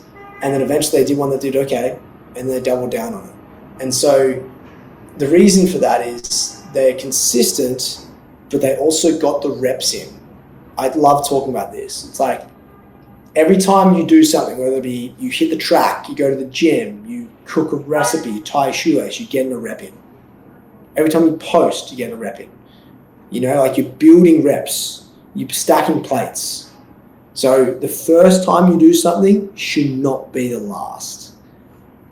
Too often, people see, they do it for like 3 or 4 days, they do like TikTok, I'm going to do TikTok, and do it for a week, and they stop because it's too hard. Fuck, dude. Of course it's hard. You think you're going to get success in a week? Come on. Be consistent, go deep, learn, repeat. I love it. Ladies and gentlemen, this has been episode 180 with Dan Churchill. If you're still here, please hit the subscribe button, drop us a comment, leave us a like, and we'll see you guys all next week. Peace. My favorite part of the show. Aussie. Oi, oi, oi. Type shit. That's how it is, right? Yeah. Did I do that right? I'm going to so. get flamed in the comments. PPD, not to be confused with PEDs. This is the Pod Debrief, best part of the show. You know something about PEDs. I know nothing about it. I know nothing. We got a lot to break down. We do. Dan was just spitting so much game. That was such a fun pod. One of my favorites. He is the man. If Dan's listening to this, I'd really just like us to become a little bit closer friends. I think so too. Which I don't think about like most of the guests like this. You know what I'm saying? Like you feel like there was a bromance, like a certain bromance that was there. Yes, it's like, you know, I think we have really great rapport with a lot of the guests, but a lot of buddies. But like, You feel like it could just be like this? Yeah, like something like that. Yeah. That was a really good one too. That's what you feel like we got right there? Dude, I think that next time we go out to New York, we'll go sauna and cold tub in his apartment. You know who I feel like would be really good homies with Dan? He reminded me of G. I don't know I don't know what it was. Yeah. Just good vibes. Yeah. Really good, dude. We should connect. The four of us need a little hangout sesh next time we're in New York. 100%. Yeah. What was some of your favorite things that he said? I think what I found really interesting, and I think a lot of people who are starting to make money online mess this up, and he really stayed true to thinking about the long-term game. Yes. So he was like, in the very beginning, which is, I feel like, very hard to get clarity on his North Star early on. Seems like he knew this from the time he got in the kitchen, was cooking with his family. He was like, I want to change the world through food. Like, I know my mission, which is rare. So I think if you don't know that yet, totally okay. Because I think it's taken us quite a bit. We change it every day, dude. Yeah. Change it all the time. It's kind of fun to change it. I was going to be a bodybuilder, I thought. Thought I was going to work in race horses. Yeah. You know, I thought I was going to be like a videographer in sports. Nice. Change that. Yeah. Now I own a company. Podcasting and owning the company stayed really true. Yeah. Owning a production company, the podcasts have just been like and it's still week to week. It's changes all the time. Yeah. I thought that was super interesting. I think that a big takeaway for all of you that are listening, all the rocks tuning in right now, is really get clear on the North Star. What's getting you out of bed? What is the purpose? And it doesn't need to be work related. We were just literally talking about this before the pod. Yeah. Could be family related, could be, helping your daughter, your son, setting them up for success, giving a life to your family that maybe you didn't have. There's so many different ways to kind of think about your purpose, and he's found his. And I hope now, after listening to the show, we were just chatting about what is like the North Star of this pod. Yeah. And we hope that people can come to this and get like an MBA in whatever this guest is talking about, whether it be personal brand, whether it be business, sales, marketing, content creation. Like, we want you guys to be able to come, and it's free 99, and it's just an amazing resource to help you grow your business. Yeah, I think back to what Dan was saying, not all money is good money.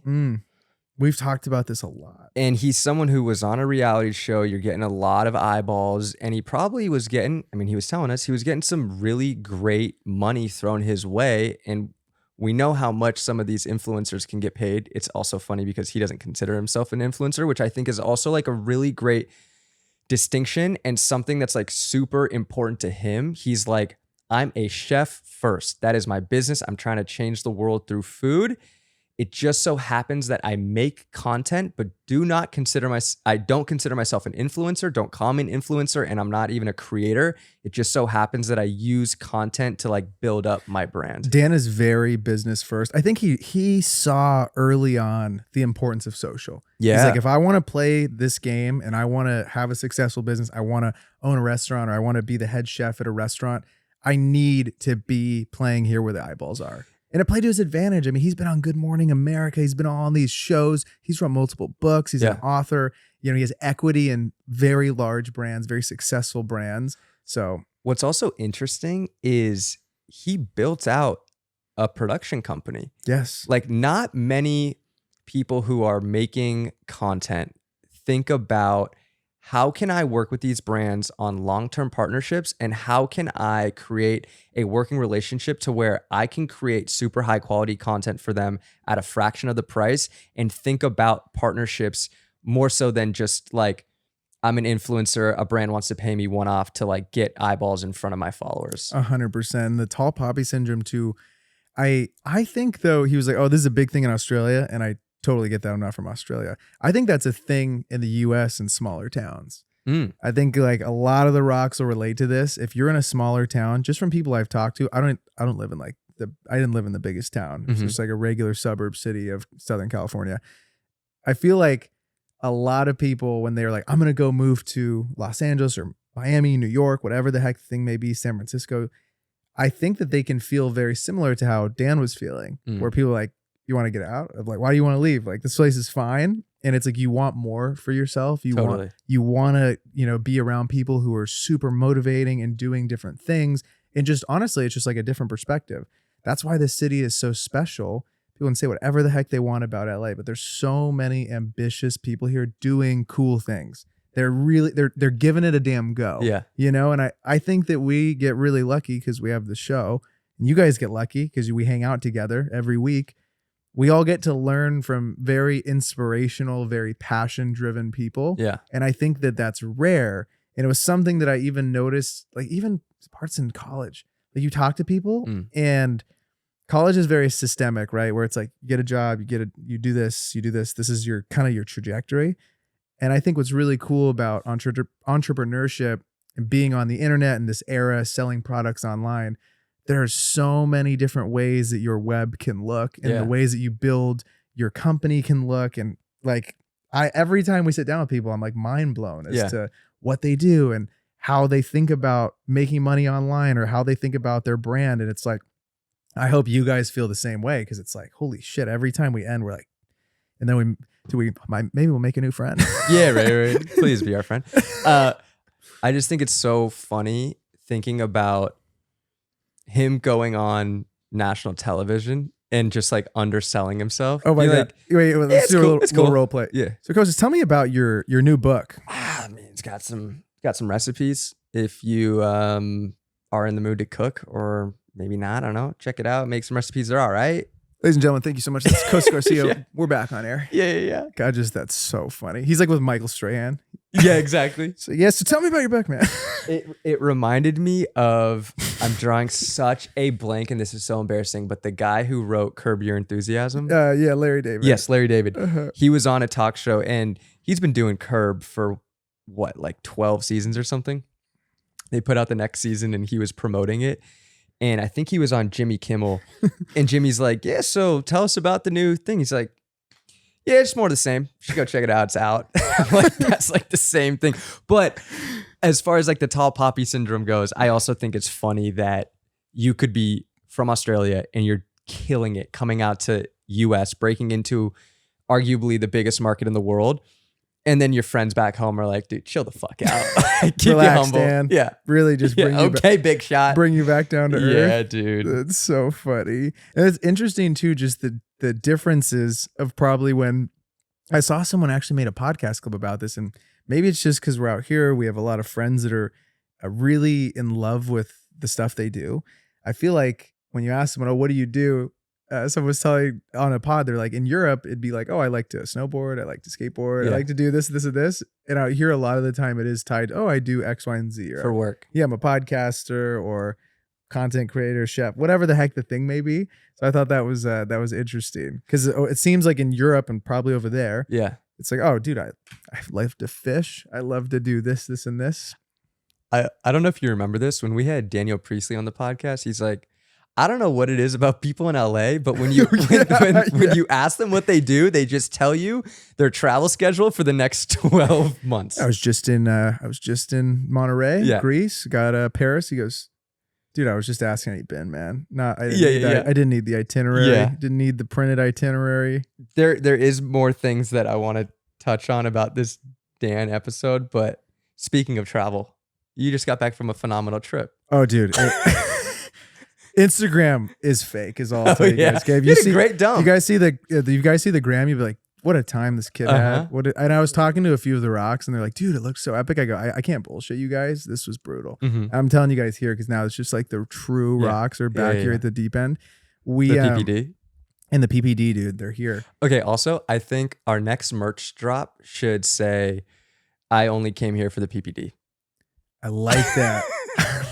Comment if you want that merch. It'll be a really might niche. sell 3. Yeah, might sell 3. But hey, if that's you, just here for the PPD. Just here for the PPD. That's what we're here for. So you went elk hunting. I went elk hunting. I don't hunt often, ever. I think I've I've went maybe bird hunting a few times. We eat all the stuff. This isn't like trophy hunting. Yes. We're going to come back and we were going to have, I thought I was coming home, man, for you guys. I was even going to. I was talking to Sharif saying, oh, we're about to have a sous vide elk steak We're dinner night with the boys. Supposed to get 300 pounds of meat. Insane. There's 3 people. So Which also, where were you going to put it? I was literally going to give it to you guys. I was going to get like 80% of it into jerky and then give it to all our friends, and then a portion in steaks, and then give it to my friends too. So man, freezer would have been full. We don't have those outdoor freezers here in West Hollywood. Okay. It's not like that. One day. Yeah, it's not like that. So I was hoping for a lot of meat for like the rest of the year for my friends and for me. Also to preface, so this trip was for your dad's 70th birthday. 70th birthday. This was a very expensive trip that my mom had booked. And this was like a year out. Yeah, this was a year out. We really prepped for this thing. Yeah. And we didn't get anything, dude. Just absolutely devastating. The quarters that we were staying in, for what we had paid, let's just say we could have hung at the Four Seasons, you and me in Hong Kong, for like a week. Yeah. Like we could have posted up, and we'd still have probably money left over. We would have shop. We could have shopped. We could have thrown some in the S&P. I mean, it's unbelievable. You could have got yourself a nice elk dinner. I could have just went and bought the meat. Yeah, and we could have just pretend. You know, like the guys, they go fishing, they don't get anything, they just go to the supermarket, take the photo. That's what we could have done. Yeah, that's what we could have done. It was funny because someone commented like, "Where's the elk?" And I was like, "There's no animals in your photo dump." It's really interesting. No antlers, no nothing. I'm like, yeah, it was. We just went hiking with a gun. That was it. So we were just hiking and stuff. It was a very cold, very rainy experience. I'll tell you what though, dude. I come home. My eternal clock is 6 a.m. Yeah, you're up early. Yeah, because we were waking up at like 5:30. But after what I went through out there, I'm gonna spare you guys the really long story. All you got to know is it was brutal. Conditions were not ideal. Well, you sent me the video, and it looked rough. It was like something I'd never seen. Yeah. You'd think for what we paid, we would have had like queen size mattresses. Yeah. Fluffy pillows, man. You're waking up early though. Dude, I'm on it now. Walked into the gym. I see you in the cold tub already. Just sitting in the cold tub. You know what? It was 45 today. Dan would have been proud. Yeah. 45 degrees. Felt warm. I was in there for I lost track of time. 4 minutes today. What's interesting though is you hit the cold tub and sauna without getting a workout in. I was already in there. Dude. Were you not? You didn't lift today, or something happened? Let me tell you. Okay, I go hit bench. This is how I know I'm getting older. This would never happen 10 years ago. Literally never. And I'm sure the rocks are. Maybe you guys are a little over the hump. Okay, you're feeling a little bit older. You're not in your prime. You're not in your low 20s anymore. I don't know how these pro athletes do it that are above 30, dude. These guys are ancient. Now I'm feeling great. Let me tell you. I've been lifting heavy, bro. I unload the bench. I got 225 on the bar, feeling real good. First set, I'm like, okay, 4. It's whatever. I haven't eaten anything, so fasted. Then I pop it up and I just get like a shooting pain. I didn't like set up right or something. I kind of like slipped. I have a huge, I'm just making excuses now. I got a big bug bite on the back of my shoulder. Okay. It's kind of digging it in and I kind of moved a little bit and it just like, oh, I don't know what that guy did. Too much weight to be doing anything like that. And I was like, oh God, I just re-racked it. I'm like, oh, just shooting pain straight down my neck, all the way down my back. Now I can't move my neck really. Do you have like malaria or? It might be malaria. Did you get something out there? There were spiders out there. Okay. There were spiders. Man. I'll tell you, I got to tell you this one funny story though. So I have this guide with me, right? And he tells me, first day we get there, he's like, yeah, we're going to be posted up in this blind, which is basically another word for, it's like a fort. Okay. That's how I would say it. It's a fort. Okay. For those that don't know about this world, it's a fort. It's a great fort that this guy built. You would think this is Minecraft. Okay. It's got a seat on it, got all these driftwood. So we can't be seen by these elk. Right. And the first night we get there, we see some elk out on this thing and they're like, I'm like, let's go get the elk. They're right there. I can see them. They're too far away. I'm like, well, I got legs, dude. Let's go walk and get the elk like that. I feel like this is our time to shine. Like if we scare them, we might not see this herd for the rest of the time we're here. Well, we didn't see anything for the rest of the time we're there. So I feel like we should have scared the herd. We should have I would have army crawled 300 yards in mud to make that work. I was like, give me a straw because there's a river right there. Give me a straw. Okay, let me ask you this. Give me a straw. I would have like literally walked down my little butt out there and I would have tried. When you saw the elk out there, before you knew that they were too far, were you like, oh shit, here we go? Dude, it was crazy because we had just got there. Like we just loaded, saw the camp conditions. I was like, talk about this later. Go out there. I'm like, this is so easy. Like, we might come back with 2. Dude, we might get a whole fridge full for the family for the next year. Yeah. And we didn't go do anything with that. They were like, it was too far. And I get that. I get that it was too far. I still think we should have done a little bit of SEAL maneuvering. Yeah. Something to get up over there. And didn't see or just fire a shot, dude. Something, dude. Just a desk pop. Dude, Steph Curry it. Just go from long. Yeah. Like, dude, what? Full court heave. Yeah, something. Then we go in this blind. And we're sitting there for like 8 hours. You should have been like, sir, with all due respect, I didn't come here not to shoot this fucking I just start walking. Like, no, you can't go. I'm just like walking out on the water. We sat in this hole for like 8 hours. And I'm like, man, this is brutal. Like, you just got a lot of time. And it's cold. Cold, freezing. My phone doesn't work. So you're just sitting there. I counted all the trees in the area. It's a lot of trees. Nice. And I was kind of sitting down because you don't want the elk to potentially see you, right? Anyway, so I'm like, tell the guy, I'm over this whole thing. Let's go on a hike or something. He goes, we got to be really quiet. I go, okay, yeah, we can be quiet. So we cruise up on this mountain, and when you're looking at a mountain, if you guys live in Oregon, Montana, anywhere that's got a ton of just trees, like you look up and it's just trees. Okay. Yeah, we were in Idaho. I'm like, oh, you think in my head, being a city kid, that it's just the tree and there's not a ton of stuff. Cause I'm like, oh, light ain't really penetrating down there. Like, how much stuff could be? Oh my God. You would be astounded at how much brush and shit is under those trees. And so many portions of it are like completely open where it's like, oh wow, this is beautiful. Thing I didn't realize, trees fall a lot of fallen trees. So many fallen trees that is like one of your biggest obstacles hiking through a forest like that, because you step on one of these freaking trees and the branch just, you're like, oh, that's great. So no elk in the next 200 yards. They're gone. They heard you, so you're trying to be like ninja, walking around on your tippy toes. The guy turns around to me, he goes, you got to be real quiet, okay? This is right when we start the thing. I go, dude, I'm so locked in. I'm not even looking up, brother. I'm trusting you to look up. I'm kind of looking at my feet to be a ninja here. Really really creep up. We're on the top of this hill and it's like, we've just finally made over this terrible hill. And he's like, seriously, we got to be quiet. I go, again, dude, I'm locked in. I heard you the first time. Heard.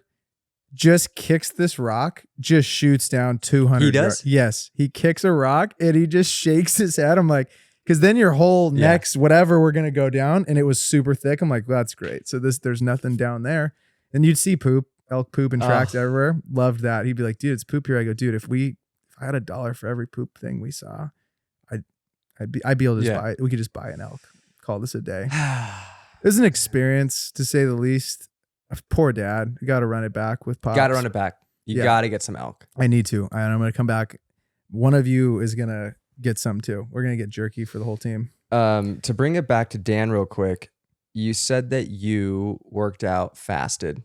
Yeah. And Dan's a BPN athlete now. Yes. You got to get your G1M sport. Those carbs in the morning. Yeah. They help. Have you tried them? I have some. I can give you some. It's like calories and electrolytes. Cause I've had BCAs, which I think they're like amino acids. Those make you itchy. Cause the itchy thing is beta alanine. Oh, BCAs is just like, branch chain amino acids, BCAs. Okay. I wonder if that's that. Cause I remember back in the day when I was really lifting heavy, those would kind of like upset my stomach a little bit. Oh no, I think you'll really like this. It's like 20 carbs and like some electrolytes. Okay. And it just kind of holds you over. It's you just put in some water and you fucking blend it up with a little like thing.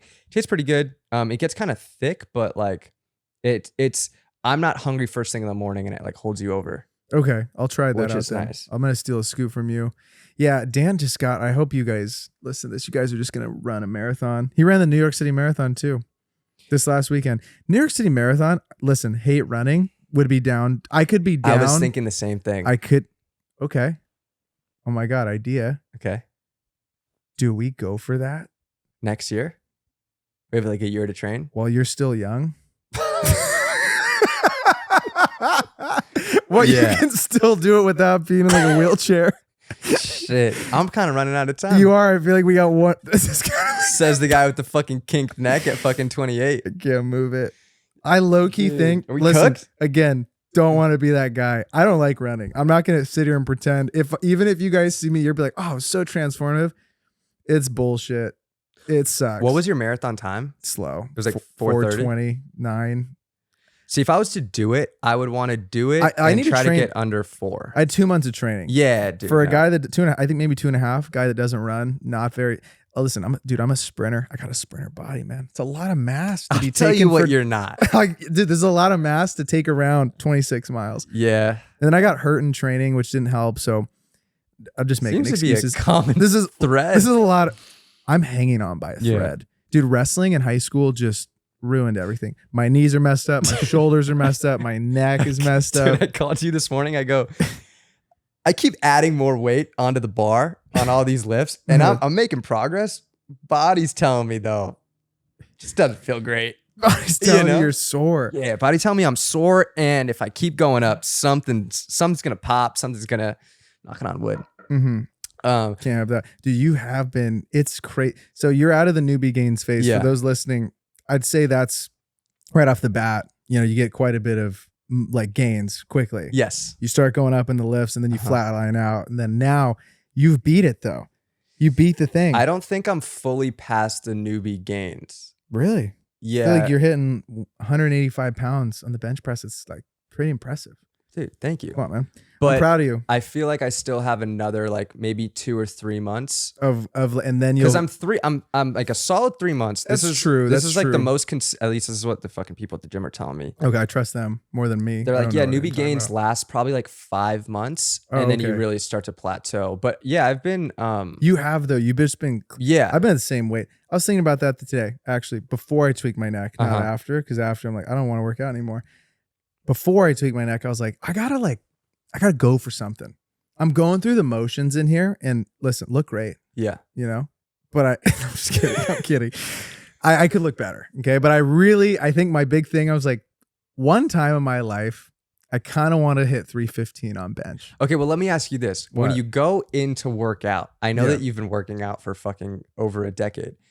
Are you just like, okay, today I'm going to hit some chest and I know what to do? I feel like if you were to like get on some sort of it's the same with running. Like if you were to get on some sort of program Our buddy at the gym gave me a program, and I really liked of it. Justin. Yeah, Justin gave me a program. I really liked it. It was an interesting set of movements, and they weren't really long. They were hard though. There was like shorter workouts, like 40 minutes max. They're really hard. I somehow just keep defaulting back to this like bodybuilder way of lifting, and I don't think it's good for me personally. Because now that I'm getting older, I think I need to be way more focused on mobility. Totally. I went to a yoga class with Chloe. I loved it. I'm like, this is sick. I Yeah. could totally see myself maybe in 6 months getting a membership there, but just being a much more like functional, Yes. athletic body, 100%. not this like macho, I lift weights. Yeah. I go in, I bench, I leave. Like, and this is a funny thing though. You can totally do that. You could literally just go in and bench, and if you eat right, you will grow. Yeah. You could go in, squat. You do those big compound lifts, like, you know, I feel like when I do those lifts or those movements, I'm like, oh, dude, if I did 6 sets, 8 sets of this, I could go home. Could just totally go home. But I need to train for something. Yeah. Because I'm just going in a circle, and I'm like, I've been looking in the mirror, and because I wasn't eating a lot during that trip, I'm like, damn, you look better than you did when you left. Wasn't eating a whole lot out there, rationing, but but yeah, it's just You should train for. You should. I think. it's a lift though of sort. Like I really want to bench 315, What's the heaviest you've benched?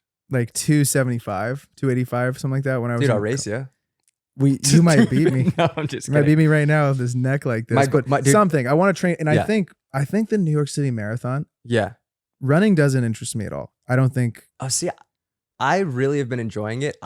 You have good experiences though. That's the good. See, I wish that I. You had have done- trauma. Yeah, I have a lot of trauma. Let's with unpack it. Yeah, I mean, wrestling in high school, dude. We would go into the beach at 10 Yeah. o'clock at night, 11 o'clock at night after we'd done our homework and shit, and we would run up and down Huntington Beach in trash bags. That was like that was our thing because we were sweating trying to cut weight. Yeah, we were trying to cut weight. We'd do it in like 3 hoodies. We looked like little marshmallows, just like little Michelin Man, just jogging up and down the beach. So silly, but I don't want.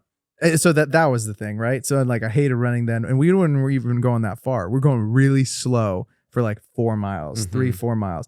Then training for the marathon, it was kind of in my head of like, it was just too quick. I ramped up way too quick, and that's why I think I got hurt. Yeah. So I think if it was like I did it for a year, we literally, if we started now, babe, you wanna join us? You want to run a marathon? You want to run a marathon? No, SC says Yeah, absolutely she not. said That's a no. stupid idea. Yeah. I think though, if we gave ourselves a year, I could be interested. dude, a marathon always seemed like something that was like so. I was like, this is for the birds. Like, fuck this. I don't want to do it, but Builds character. I could be down to just rip one for once. And the New York one. That's what I'm saying. That'd be the only one though that I'd be somewhat interested in doing because everyone in the city comes out for it. Looks electric. I was just getting content with it this whole week. Everyone's like, "Oh, I love running," and I'm like, "Don't lie to them." Yeah, shit was hard. You think it is euphoric though. I think it's a very euphoric feeling when you finish. Because I remember the whole time I was running that marathon, I'm like, I'm gonna die. This is it. The whole time. After mile 15, I was like, "Yep, just get a stretcher for me, bring it out here." I was battling with this like 55-year-old man who was like 5'5", shorter dude in just a tank top. And I'm like, how are you doing this, man? You're kicking my ass. Damn. And I'm like, I got like decent amount of height on him. And he would just like, but it doesn't matter, dude. It's toughness, agility.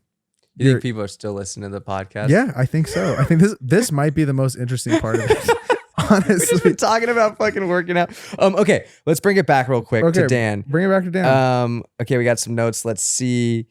I really liked what he was saying about how he separated himself from MasterChef, because I think that as someone who's actually been on a fucking reality show, I haven't been on a reality show. It's easy. I know I was talking about myself. It's easy to be like, there's clout there. I kind of want to hang on to this for like as long as I can, because I know it's almost like easy views and people are like coming here for that. Am I still hoping for like a 10-year later, where are they now? Summer break reunion? Like, maybe. Have I bumped into Billy Parks a handful of times, dude? Got to run the idea by him. But I think it's like kudos to him for being like, I can either go down this MasterChef route for as long as I can and milk everything I can out of it, or I can build an actual personal brand outside of it and be known as a chef that has a brand and is helping people and just so happen to be on MasterChef. And that's maybe how I found him, as opposed to being like, that's the guy that was on MasterChef and that's all he's known for. 100%. I think he was conscious of that going in. He had the foresight to say, okay, if I go in, I don't want to just stick in this bubble. Yes. I want to come out of this with a great experience, whether I win, whether I don't, whatever, and go on to this next chapter in his life. And he was writing a book that was ready to go right after. Smart, dude. Smart. This is big brain play. This is chess, not checkers. This is Dan Churchill. This is Dan Churchill. I also, I really resonate also, and I like his approach to being like, you need to keep people's attention for more than 60 seconds. And he's betting so hard on long form content. And I think that's what we've also done with the podcast, which is why we're so bullish on it, is because it's one thing to get somebody to keep their attention for 15 to 30 seconds and you can, body some reels or YouTube shorts or whatever. It's different to be able to keep someone's attention for a 7 to 10 to 15 to 30 minute long YouTube video or an hour and a half, 2 hour long podcast. You build a different relationship with your audience that way. Without a doubt. And I mean, we talked about it a ton. People have came on the show and talked about it. Short form is like this big net, it's just like a bunch of shit. There's so many different types of things going on. Long form, though, is where you really do build a true connection with people. And you get to know people. You're hanging out with them for so much longer. It's all the creators that you and I have talked about this that we love the most are long form creators. That's just a thing. Yeah. It's like, as I think whether, creator, founder, you're building a business online, here's the place to document that stuff. YouTube. 100%. It's not going anywhere either. Oh, no. YouTube's the #1 connected TV app. I think that's crazy because people don't know that. Over Netflix. I know you guys are watching a lot of Netflix. Yeah. So many of you, which is super cool, send us the pod on the TV now. We see the pod more in the TV or in the car. I don't really see the pod being sent to us like on the phone for the most part. I do listen to pods though at the gym, but it's interesting because like depends on what I'm doing at the gym. It's funny because I don't really listen to music in headphones at Monarch. That makes sense. But I don't think anyone does. No. Music's good. But that's because it's like the way it's set up. Set up. Trainer. Yeah. You're talking. It'd be kind of weird if you were just Yeah. But I tried. Oh, you want to talk? Wait, real quick, going back to gyms. So Sarah Catherine signed up for High Mat. You guys, it's the fucking nicest like gym I've ever been to. It's 5 stories. They got a fucking cafe. It's like a whole WeWork situation. They got fucking workrooms. They have a pool, and she works out their first day. She's like, oh, just saw Denzel. The man? Yeah. Our buddy? Yeah. She so slipped him a card and said, hey, yeah, you got any movies coming out? We saw Leo doing movies. Yeah, They're yeah, doing yeah. Pod Run. Mm-hmm. Yeah, so he's going to be a guest. We'll get him 2026? Yeah. There's a chance. But it's so fucking nice, this High Mat gym. But I say all that to say, I went with her and I tried running on a treadmill. First of all, running on a treadmill sucks. Not the no vibe, bueno. But I listened to a podcast while I was like running, and I was like, if I was lifting weights and trying to go heavy, I couldn't. I agree. Do a pod. It doesn't get you excited. But I could get into like listening to a pod on a run. That's super fair. Yeah. Okay. I still have those shoes. I'll try one. You know what's crazy is I feel like the first time you run like 3 miles without stopping. Oh yeah, it was big. You don't stop and you're like, oh wow, I just finally did it. Because I remember the first like handful of runs, I was like, I'd go like a mile and then I'd stop and I'm like, you're pathetic. First run I did was like 0.6 miles. 0.6 miles. Couldn't do longer. I was like, what? I You feel like so out of breath. You're like, how do these guys do this? I told Sarah Catherine, I was like, I'm going for a run. Come back 8 minutes later. Not even she's sweating. Like, she's like, did you go? Like, you forget something? And I was like, no, I'm done. Like, just, went for a quick run around the block. Hanging it up. Yeah. Oh, dude, we're going to Hong Kong. Yes. On what day is this? So we have a fella named. In a week. We have 2 amazing fellas locked and loaded. Are you guys 3. ready? 3, but I don't want to give them the third one yet. Okay. Because there's a lot of logistics in the air. We got Ali Abdal. Yep. Okay. Did I tell them this already? I don't think I did. I don't know. Ali Abdal, Jeff Su. Yeah. It's going to be great. He's awesome. He's in like tech and AI. Ali obviously was in productivity and has moved. Give him the third. It's up in the air. It's up in the air. Let's manifest it here. Okay. Okay.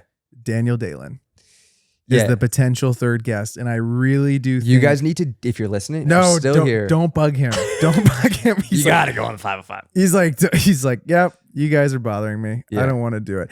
Seriously though, super excited about the 2 that are confirmed. I'm really hoping that we get Daniel because he seems awesome. Yeah. It's got such a great YouTube channel, such a great brand. Very excited, and I hope that happens. And we'll get to explore. And we're going to get to explore. Normally when we do these podcast trips, it's like a strike mission. Mm-hmm. It's like boom, boom, boom. It's like we call them like, we got a 409, we got 3 guests, Christian Guzman tuning, Buff Bunny. We're out. We're in and out. But we have some proper time to like explore.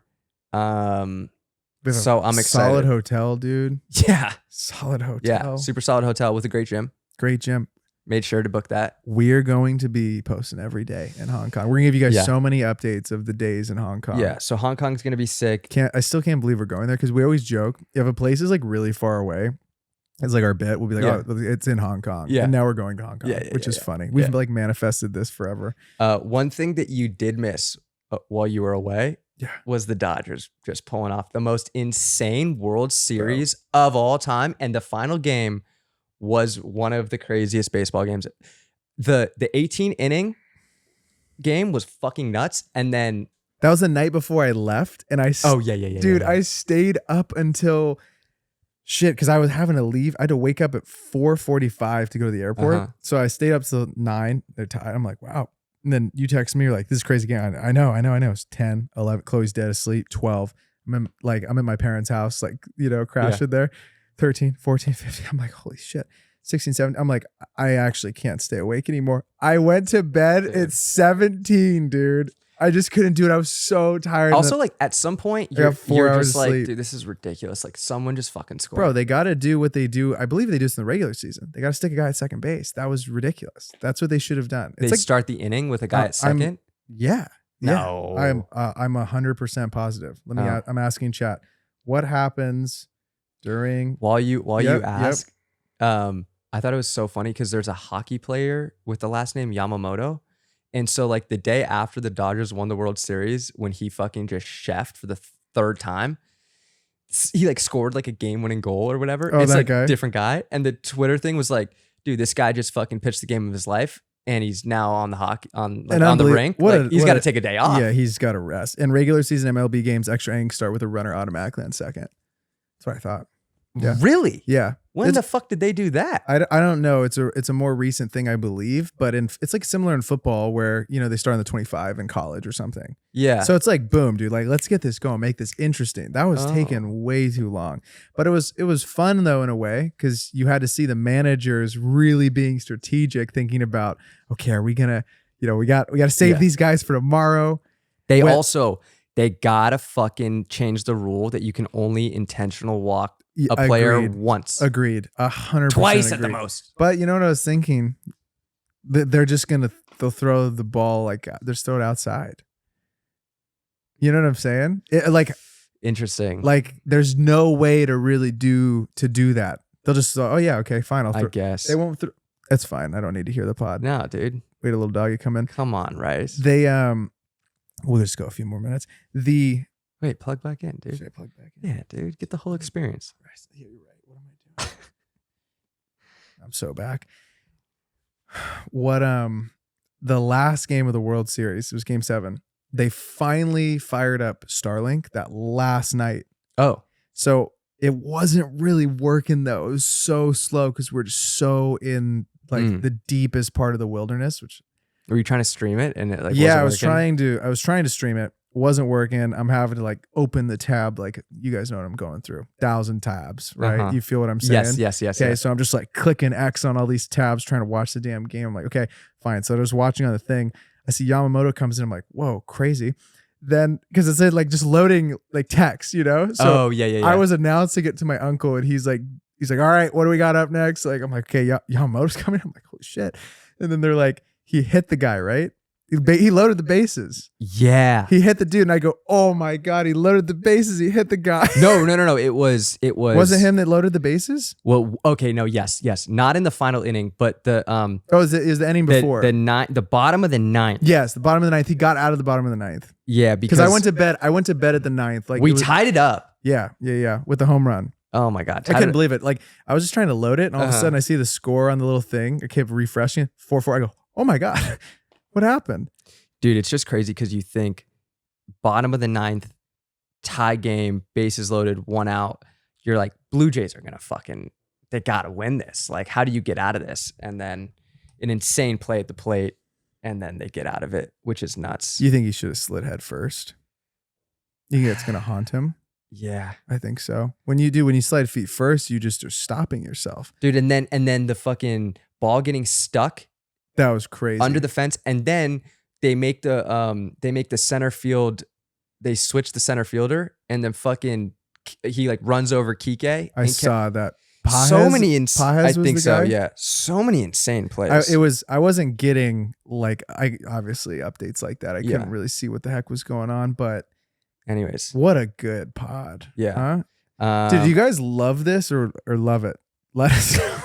Do you love it or do you love it? Let us know what you guys are thinking. Okay, so a few more things. One, our studio next podcast. Yes. Like next, or maybe not next episode. Yeah. Because we're doing No, but we already did one at it, but we're making it even nicer. Yeah, we ordered some awesome stuff on Amazon. Yeah, stuff didn't come. Then they were like, oh, we only have one of the thing. They're like, does that work? And we probably said on the phone, need all 3, 46 times. Like, what if we have one? Like, that's not going to work. Yeah. And then Susan, it's not going to work. What else? Oh, we've been working on some awesome new products. New products. Yeah. Okay. Black Friday. Yes. We're going to have an awesome personal brand thing. It's going to be like $47, but if if you're on the newsletter, Yeah. you're going to get a discount. Yeah. For Black Friday. It's Uh-huh. going to be awesome. You guys aren't going to want to miss it. There's a few things releasing.